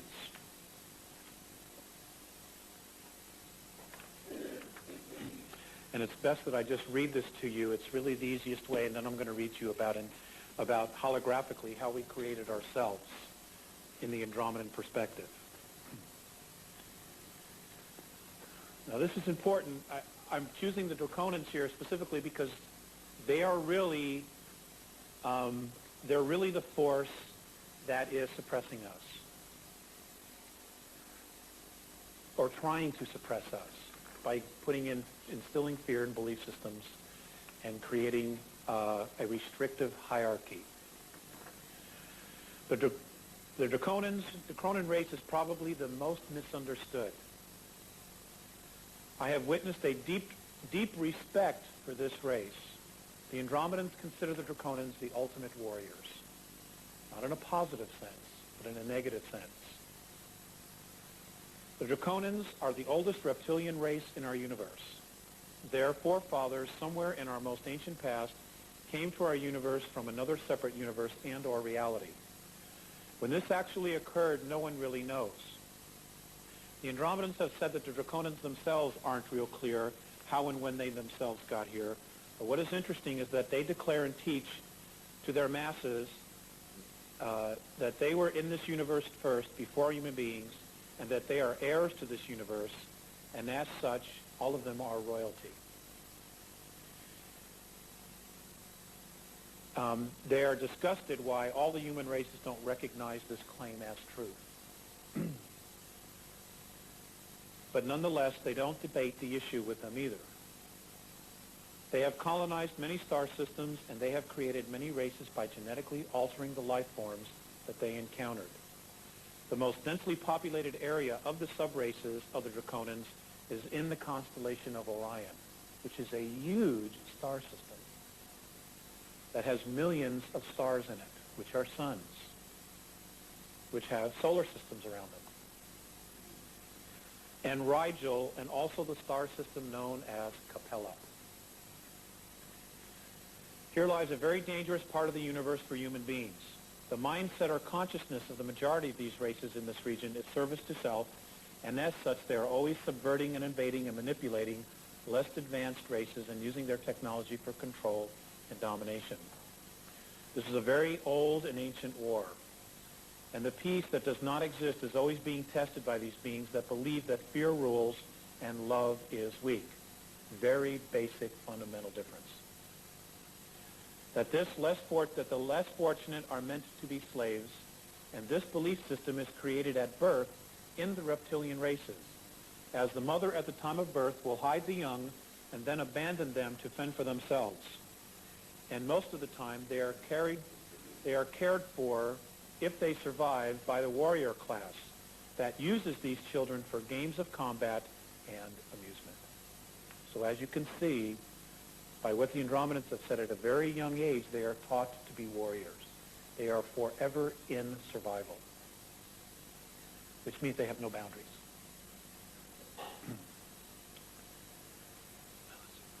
They believe that there are ways that if the young one survives, they were meant to. But in the process, they have to fight all the way at a young age till they are full warriors, and that they are used to depending on no one. They are very suspicious of all life forms, including their own, but not, of course, to the extent that they would be of humans, because it's ingrained in them never to trust a human. They are taught the draconian history of the Great Galactic War. That version or opinion was that humans were at fault for the invasion of the universe and how we selfishly wanted the draconian race to starve and struggle for the basic materials for their society to exist. Therefore, they are brainwashed at a young age, just like we humans have done to our younger generations, etc., etc. Now, there are some real similarities there.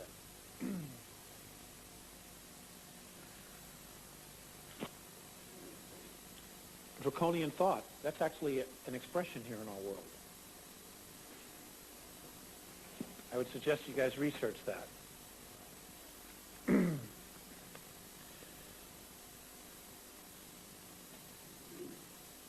Now I'd like to read you something that Paseas shared with me. I will make this short. And this is about intention.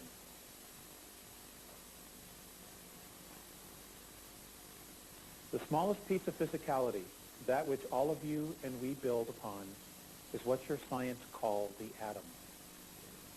You are taught that each single piece of physicality contains electrons, protons, and neutrons. And then they are supposed to attach themselves together like a bride and groom in various ways to create what you call nature. Molecules manifest this union and marriage to create you, me, and even your elephants. We would like at this time to expose a flaw in the network thinking of your Terran sciences. So let us start with what you know as the atom. Your experts tell you that atoms are dancing and spinning unpredictably. Yes, that's the right word. Where is the predictable solidity of matter? Where do the elements that communion together come from? Your scientists cannot really answer this. They have only theory. Terran scientists presuppose that all physical matter comes or has its original source in matter. This is the flaw that we want to share with you. The true origin of all elements of physical matter is intent. the intent of the isness that makes all things possible. The physical reality that you know has an invisible side or world that your Terran sciences are only now begrudgingly looking at for answers. We are pleased to share with you the idea that intent is the primal force of creation. You may use desire if you would like. It is the isness whose intent and desire to explore and expand itself in all possible openness that create all physical matter on all dimensions, and has made it possible for us as well to explore ourselves to completion. Therefore, know this: the first material in creation is the electron. The electron is the first tool in which to build upon your reality in the physical.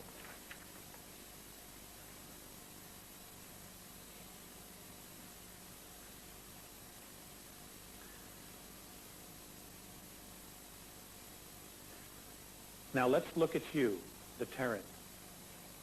Look at yourself in the mirror.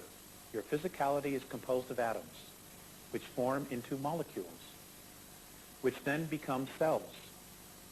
You that hear these words are yourself a symphony of electrons, atoms, molecules, and cells of intent. All of you are an unimaginable, complex being of intents or desires. Many of you walk around asking for a miracle, and you are already that which you ask for. From beginning to end, physical matter is a network of intent and desire. The isness then spins consciousness into the matter, and what you have is life. Physical third density life.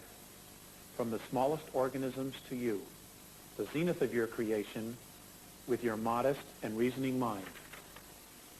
What you see and experience is only the smallest part of you, the tip of the iceberg, maybe one would say, the outer expression of an inner event. The pattern for your human form is then really created in spirit, and your body is composed of an unbelievable number of intents, each intent having a particular function, and each specifically directed towards the creation and sustenance of a particular portion of your humanness. For all of your Terran science theories about life and the nature of physicality, explain how it might be that a single-celled organism can split and divide and divide and divide, with each division becoming more and more specialized. In the division, one cell that divides creates a clone of itself. How then does your science explain how one division becomes a kidney cell and the other a brain cell? If they are clones of the parent cell, which is neither a brain or a kidney, how does this specialization, where does this specialization come from? Oops, we exposed the flaw. It is not hormonal regulators. Why? Simply because you don't know where the hormones come from. Your science can catalog and dissect and shatter as much as it wills. As long as it restricts itself only to physical matter, and that the world that you perceive is just physical, your sciences will only have questions and no answers. Fun, isn't it? It goes on, and we will make a copy of that. I just wanted to share some of it. We have basically a half hour left, and I wanted to dedicate it specifically to questions. Okay? So, give me your best shot. Do we need the microphone? Of course we do. Is there some technique that you can give us for self-improvement? Yes.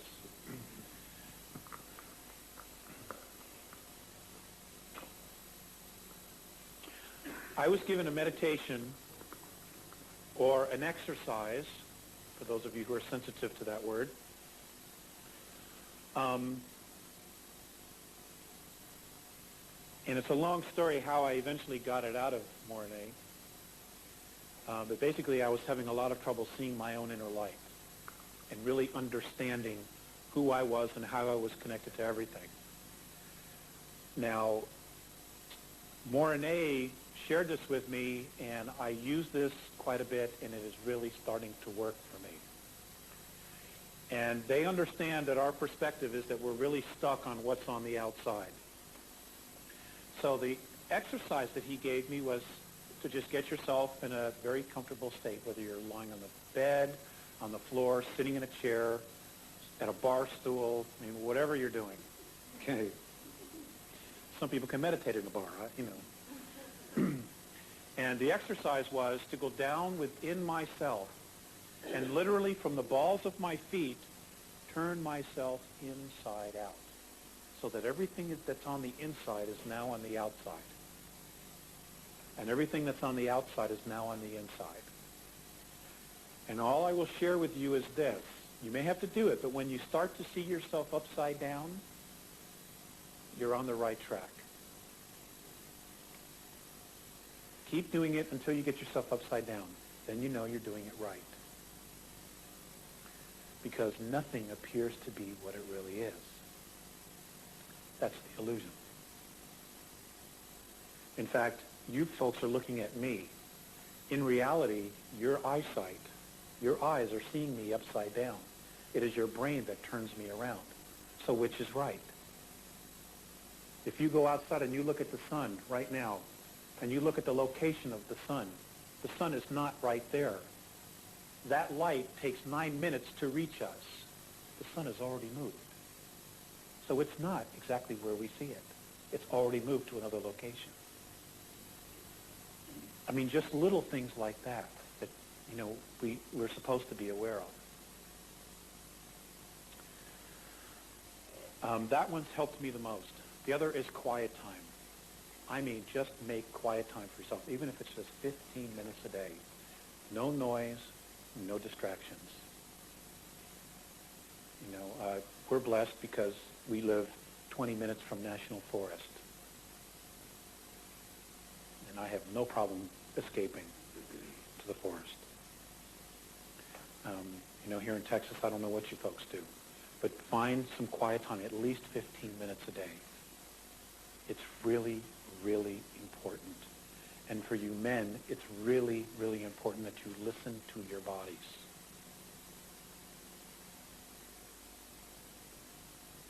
The women already know how to do that.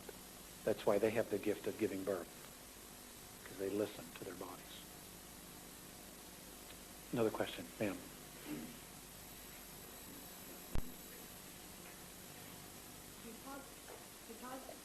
John, thank you. Do positive walk-ins come in at death, or do they share? Do they share? I mean, are there two personalities in one body? Yes, are there two? I don't understand. I don't believe that occurs. My understanding is that one leaves, another comes in. Otherwise, you might have a real serious split personality.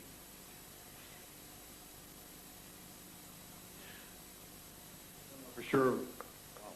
Excuse me. Earlier you said something about the overpopulation of the Earth. I think, did you have a chance to look that up, Pat? Maybe this be a homework assignment for all of us. I heard on the radio several months ago, I was driving and didn't have time to catch the whole program, but the guy said that you could put every person on the Earth in Texas with 2.5 acres. So I guess you just have to go look up how many acres in Texas and divide it out by 2.5 and see. But it gives you an idea of how the government is lying to us. Mm-hmm. I don't think that's any surprise, but thank you very much for sharing that. Ma'am, I just wanted to add about what you asked about, you know, walk-in sharing the body. According to Theseus, those beings who have been classified with multiple personalities, what it is, apparently, is there is an imbalance in the hemispheres of the brain, the electromagnetic frequencies in the brain, and what is happening is the split personalities are actually past life memories that are bleeding through. That's what they say. That it's past life bleed through. And they move in and out of these different realities because the mind is a holograph. It records everything, and everything is still there. We just tap into it in very different ways. And that's what they say. Yes, ma'am. There's a group called Abraham. There's a group called Abraham, and they said there are non-physical entities that have come to the United States or have come here at this time to help us. Are you familiar with them? No, I am not. Sorry. But I'll try to find out for you. Abraham.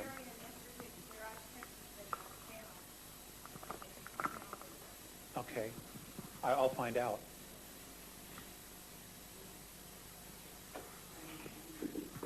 I wanted to ask if you could talk more about the whales and dolphin connection with ETs.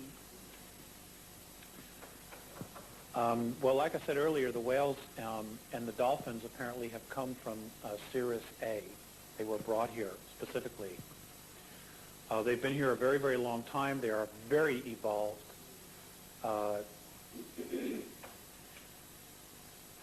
God, you know, but there just isn't time to really go into it because then there'd be no more questions. But we can talk about that at a later date on the phone. Okay? Next question, please. I have another question about a walk-in.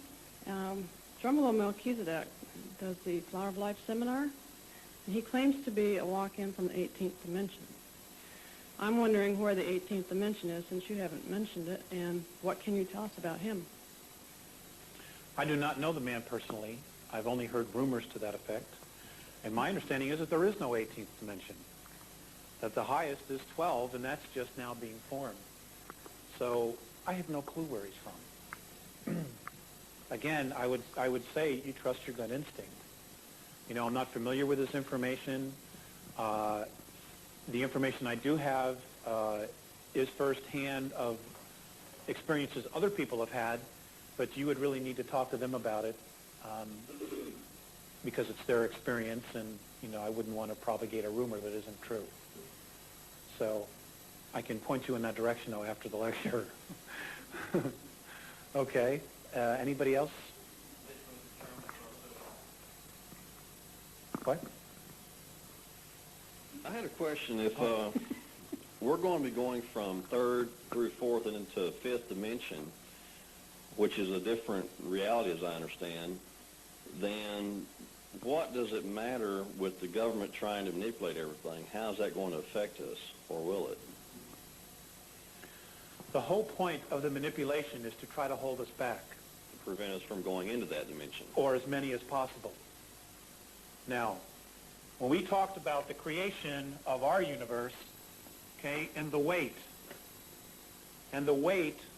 that negativity creates, okay, all of those who are not going to be moving into fifth density are going to do what? They are going to create another space of consciousness, which we call a universe. And they will continue to play out this game until they get it right. Okay. I had a second question. The council has ordered all ETs off the planet and to stop influencing us by 2003. Correct. What then and how will Hale-Bopp affect that when it arrives here? Because suppose it's carrying ET that's going to be doing that very same thing. That would be in violation of that council's order, right? That's correct.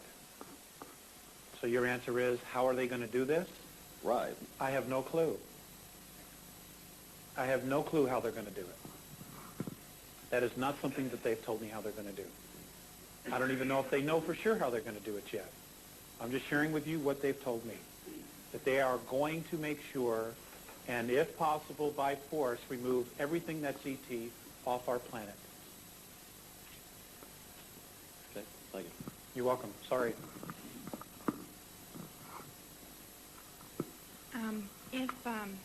In listening to all this, if the only way that we're going to be able to fight this technology is by using our own original organic powers from the 11th density, then, and of course, not focusing on all this technology would be a benefit then, because then we could focus on who and what we were to start with. Is there a way that the Andromedans and anyone else could help us get better focused on that, or understand possibly the process of the resurrection if that indeed occurred, and if we can start that process now?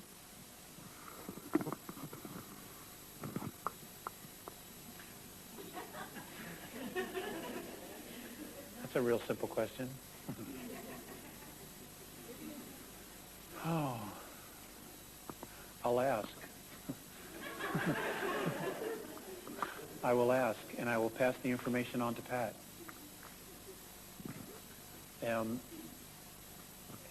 As far as the resurrection, the biblical resurrection, if it really happened,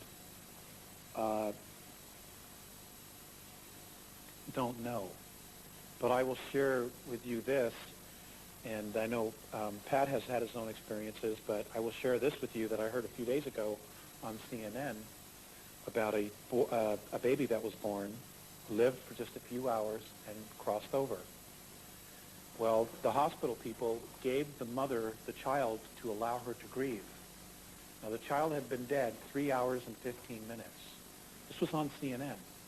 And suddenly the child just gasped for air. They took the child away from the mother, put it into a facility, and the child is doing fine. So that child was resurrected. So then we could do this with our planet as well. That's exactly right. And love is the answer. It's the highest vibration. That's what holds the galaxy together.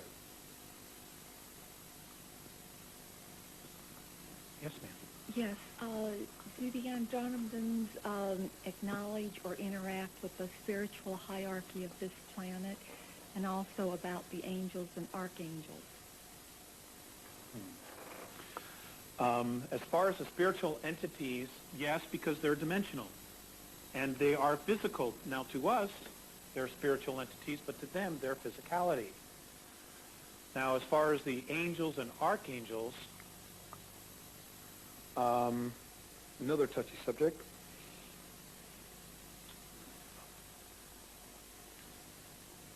In their perspective, we're all angels. When I mentioned archangels, the first time I mentioned archangels, like Michael and Sector, they didn't know what I was talking about. They had to go review our history to find out who they were. So they still don't know who they are. But, their response was, well, you are all angels. It is your perception of yourself that tells you you're not. Next question. Anybody? Yes, ma'am. Oh, I'm sorry, sir. I have two questions primarily. One, through my studies, I've learned discussions of the pineal, or the third eye, as being a glandular appendage in humans for focusing the intent. What can you tell me about that? And secondly, also, that melanin being a biochemical substance that activates the pineal. What can you tell me about that? Okay.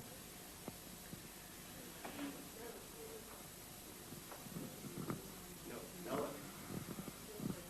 Exactly. I've asked because, people have used drugs and things like that to have conscious awakenings and mind-expanding drugs. So I've asked about that. And in their perspective, by focusing on that, we are focusing on our physicality as being the way to open us up spiritually. And what their opinion is, their perspective is that we're looking in the wrong place. We're already awakened. We're stuck on the physical. In other words, unless our intent is to focus and open up the pineal and start to see things, then we believe that we're now spiritually awakened and we're on the right path. Their opinion is that stuff is already, all those experiences are already in us. We've already done it. And that we should not focus on the physical as being the tool, but focus on the self which is the true all. In other words, find your light that's inside of you, and you won't need to deal with the pineal. It's a distraction. That's their opinion. You know, there's two schools, at least two schools of thought on that. I know. And, you know, I can't see future events, so I don't know. I'm like the rest I'm just, you know, like you, I'm trying to figure out what it is. Their whole focus is to not focus on the physical, you know, but focus on who you really are. We just have the physical forms to allow us to participate in this dimensional realm. That's the only reason we have this vehicle. But it's not who we are. Judge which physical form we partake of in this physicality. They're a tough bunch. They're a tough bunch. What force judges what physicality we partake of in order to take part in this? I understand it's our own selves. So again, it comes back to self-responsibility. You created this. You can uncreate it. You know. We have a question from the cameraman. Yes. I'm sorry. I didn't see anybody else with their hand up. I was at this place when I was a kid. There's a lab, and it's underneath the ground in New Mexico, but it's not Los Alamos. And in the late 60s and early 70s, they were studying moon rocks and charting the ocean bottom. And then all of a sudden, this group of scientists was disbanded. I have friends that have been looking for property in that area. There's whole groups of property in New Mexico, even though it's available, you can't purchase it. And I think it's in this area, and you mentioned it on a tape. Do you know anything about it? Well, it's quite a state. You're talking about Dulce, you're talking about Manzano Mountains, Las Lunas. There's all kinds of areas.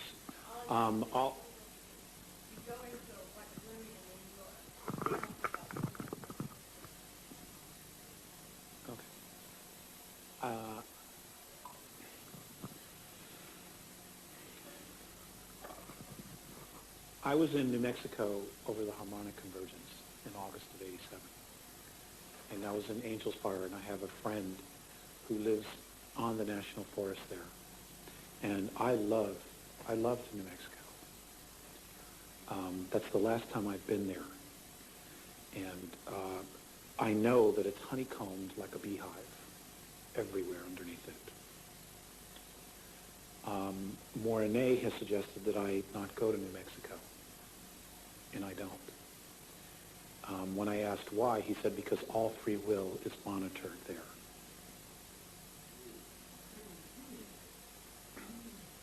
So, that's all I know. Where this particular place is, it could be almost anywhere there. I know there are huge underground facilities and trains and things of that nature underneath it. You know, but that's all I know. But I love New Mexico. I have a lot of friends there that I would love to go and visit. But I've been asked not to go, and I'm going to honor that. I'm definitely going to honor that. Yes, I'm sorry. I see you, Richard. I'm trying to frame my questions. I'm not looking for a lot of response to my questions. Just I want to bottom line some things for myself. I thought it was quite interesting. One of the papers you read there, from what I heard, was just bringing up the notion. Well, it was bringing up an opportunity for us to question our conviction of the notion of reality and matter. You begin to read, and he was pointing out how we, in our natural sciences, understand the atom and so on and so forth, and the cells, and he was pointing out the inconsistencies in that. And what I heard in there was he was giving us an opportunity to see the fallacy in our belief system connected to matter. And was I getting that as it was being attempted to be put across? That's exactly correct. Okay. So what I see he was doing was just inviting us to take a look at our conviction to reality and matter. He was questioning reality and matter. That's exactly right. Okay. You know, I'll go back to what I said last night. that Mornay had addressed to me, it is not so important what you believe in as to why you believe it. And what's happened is we have gotten so stuck in dictating our truth or our reality based on experience instead of creation of it, creation of our experiences. And what's happened is that when we get stuck in just the idea of experiencing things, we get stuck in the idea that I feel alive because of having these experiences. Like many people are stuck in survival. Now, you can get addicted to survival because you feel alive. Okay, you take it always to the edge, and you get stuck there. You always got to bring it to the edge. And what happens is we get stuck and we start going around and around and around and around like a hamster on a wheel. And all we are now doing is we are experiencing survival. Okay? And we get stuck in that concept. And if we're stuck in that concept, this is all we create, is survival, survival, survival. Instead of creating something else. And I mean, there's so many in the world like that. Even our governments, that's their consciousness. Survival, survival, survival. Well, define survival. You know. Okay, again, I just want to bottom line a few more things. What I also heard... Let's hurry up because other people Okay, want to from your speaking is that what we perceive is that we live in a reality of cause and effect, and what in fact the truth is this is a reality of effect, and the reality of cause is outside of this, and in fact a truer reality than this one is. You're correct. Okay. So the bottom line for all that is there's no life, truth, or intelligence in matter. It's just a belief. That's right. So any effort It reflects back to you the value you put on it. So all the effort we use to change matter is the greatest hoodwink perpetrated on humanity as we look to alter matter to change our situation. That's just looking outside of ourselves for the source of the truth, the light and the way. We're just going tremendously like a bat out of hell in the wrong direction. Aho matakwe, I'll say. Thank you.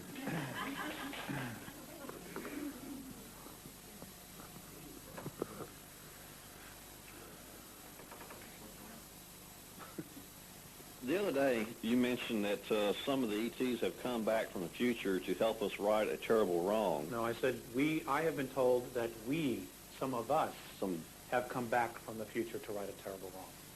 Reincarnated? Yes, sir. Okay, that may change my question then. What I was wondering was if it was possible for that to happen, then wouldn't it be possible for the adversaries to do the same thing? Yes, sir, it is. And couldn't that cause some kind of a time loop to sit here and just be repeated over and over? Yes, sir, it could. Okay. But there's one factor, and that is what occurred on March 23rd of 1994, where the color, light, sound started emanating from the black holes. That's changed all the games. It's brought it all to a focal point. Okay. Can you give a little bit more detail on Hellbop, who they are and what their purpose is, what they want? I don't know that. All I know is that Mornay has told me that it is a protocol ship from Orion.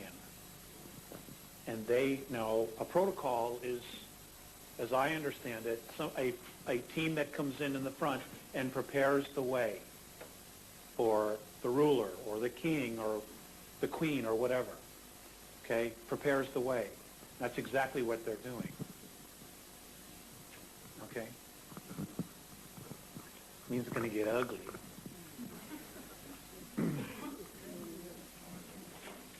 Isn't it nice to know you're so important, huh, that half the galaxy is going to come here and try to suppress you? Poor little old us, Imagine how much fear they're in. Oh, my God. Are you familiar with the term brotherhood of all? No, I'm not. It's sort of supposed to be like, Mary, what was the brotherhood of all in that other tape? I've never heard of her. She's in Colorado. Okay, Norma Milanovich speaks of that she had telepathic communication from Dwal Kul, Kuthumi, and some ETs, and she talks about Do we have a question? some of the crop circles. Do we have a question in here? Yeah. Okay. Well, Does anybody want to ask a question? yes, I have a question. I got a quick one. What can you tell us about the photon belt, please? I don't know anything about the photon belt. The Andromedans have never mentioned it. Did you include in the packet the alien bases here, the locations of them for us? No, I have not. They're on a huge map of the United States. I will get that to Pat. Thank you. On that map are both the good and the bad and the indifferent.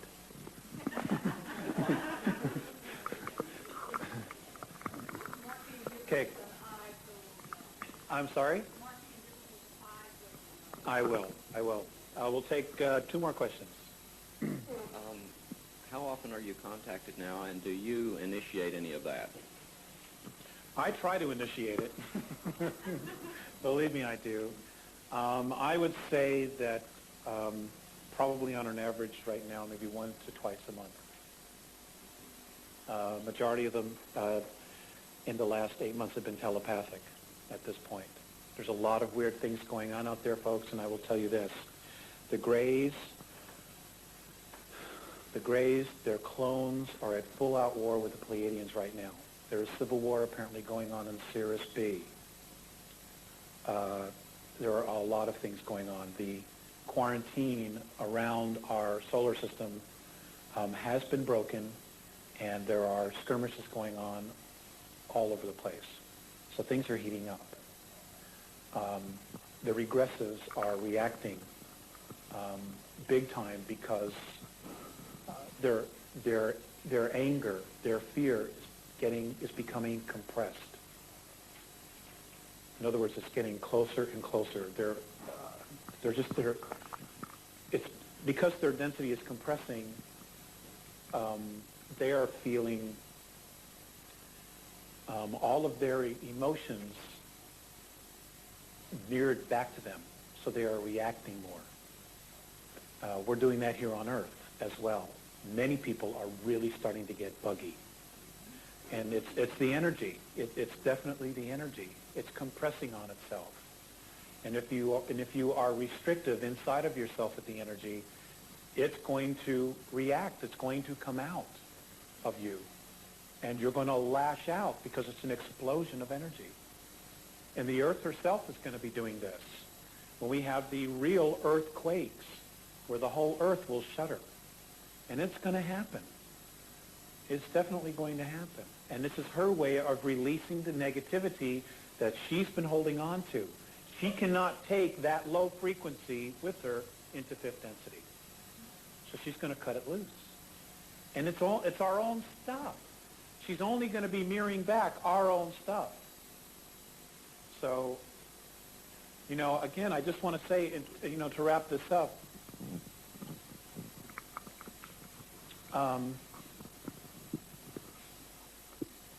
please don't turn on each other.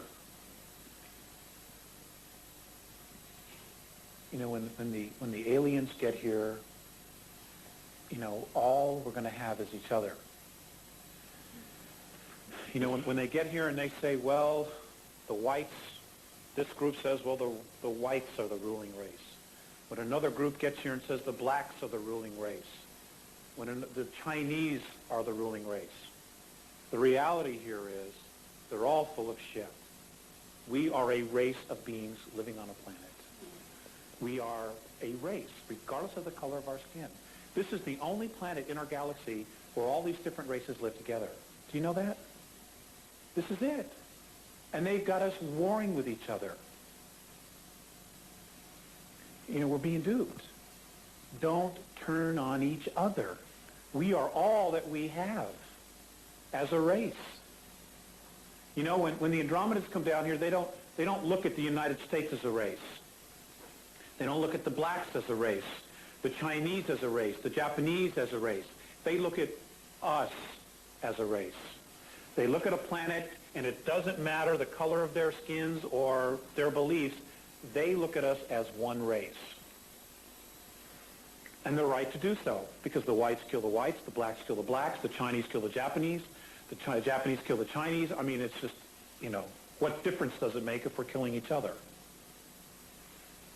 Yes, ma'am. This is the last question. Are you familiar with HAARP, H-A-A-R-P? Yes, ma'am. In Alaska? Well, Yes, do ma'am. you suppose that HAARP, as well as all the weather manipulation that's been going on around the world, is that controlled by the ETs who are the negative ones, the negative ETs? Okay. Great question. My answer to that is this. Of what I know, the weather modification is being done from the moon. And how they're doing it is they're crossing particle beam weapons, and they're moving storms, literally creating storms, and then moving onto the coasts of unfavored nations. Okay? This is being done by mankind. And this is being done from the moon. HAARP, the reason for HAARP and the weird things that it's doing are just a byproduct. There are real specific purpose for trying this technology is to create an electromagnetic shield around the Earth so nothing can get in, because they're very concerned about the invasion that's coming. What does HAARP stand for? Good question. An article that came out in Popular Science So there's a book, actually, there's a book that's out, and it's called Angels Don't Play This HAARP. And I've gotten halfway through it, and it'll keep you up nights. I kid you not. We are definitely messing with stuff. Now, the Pleiadians told Billy Meyer that somewhere around 2008, there was a possibility that the United States government would do something that would ignite our ionosphere into fire. And this sucker, what they're doing is putting billions of watts of electricity into our ionosphere. It sets the radiation belt fire. What's it called? Mid-Island Belt fire. We've been told about that. I don't know anything about that. So, and that's actually in Randy Winter's book. He also mentions that that the Peace talk about that. You know, and this technology would certainly do it. You know, but it's to create an electromagnetic shield around the planet because they're worried. You know, they got, you know, the people that are in the military, and I mean, you know, I feel sorry for them. I feel sorry for those beings that are in the NSA that maybe got themselves involved in this way back in the 50s. They have totally put themselves square in the middle, and no matter what happens, they're in big trouble.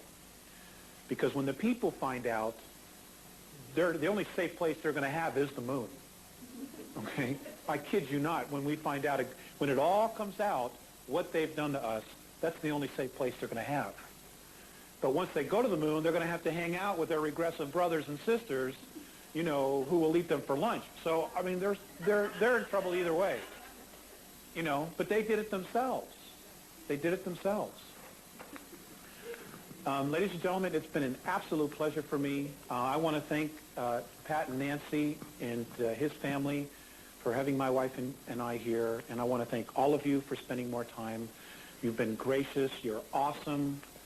And don't ever forget that. No matter what your friends say, you're awesome. Thank you very much.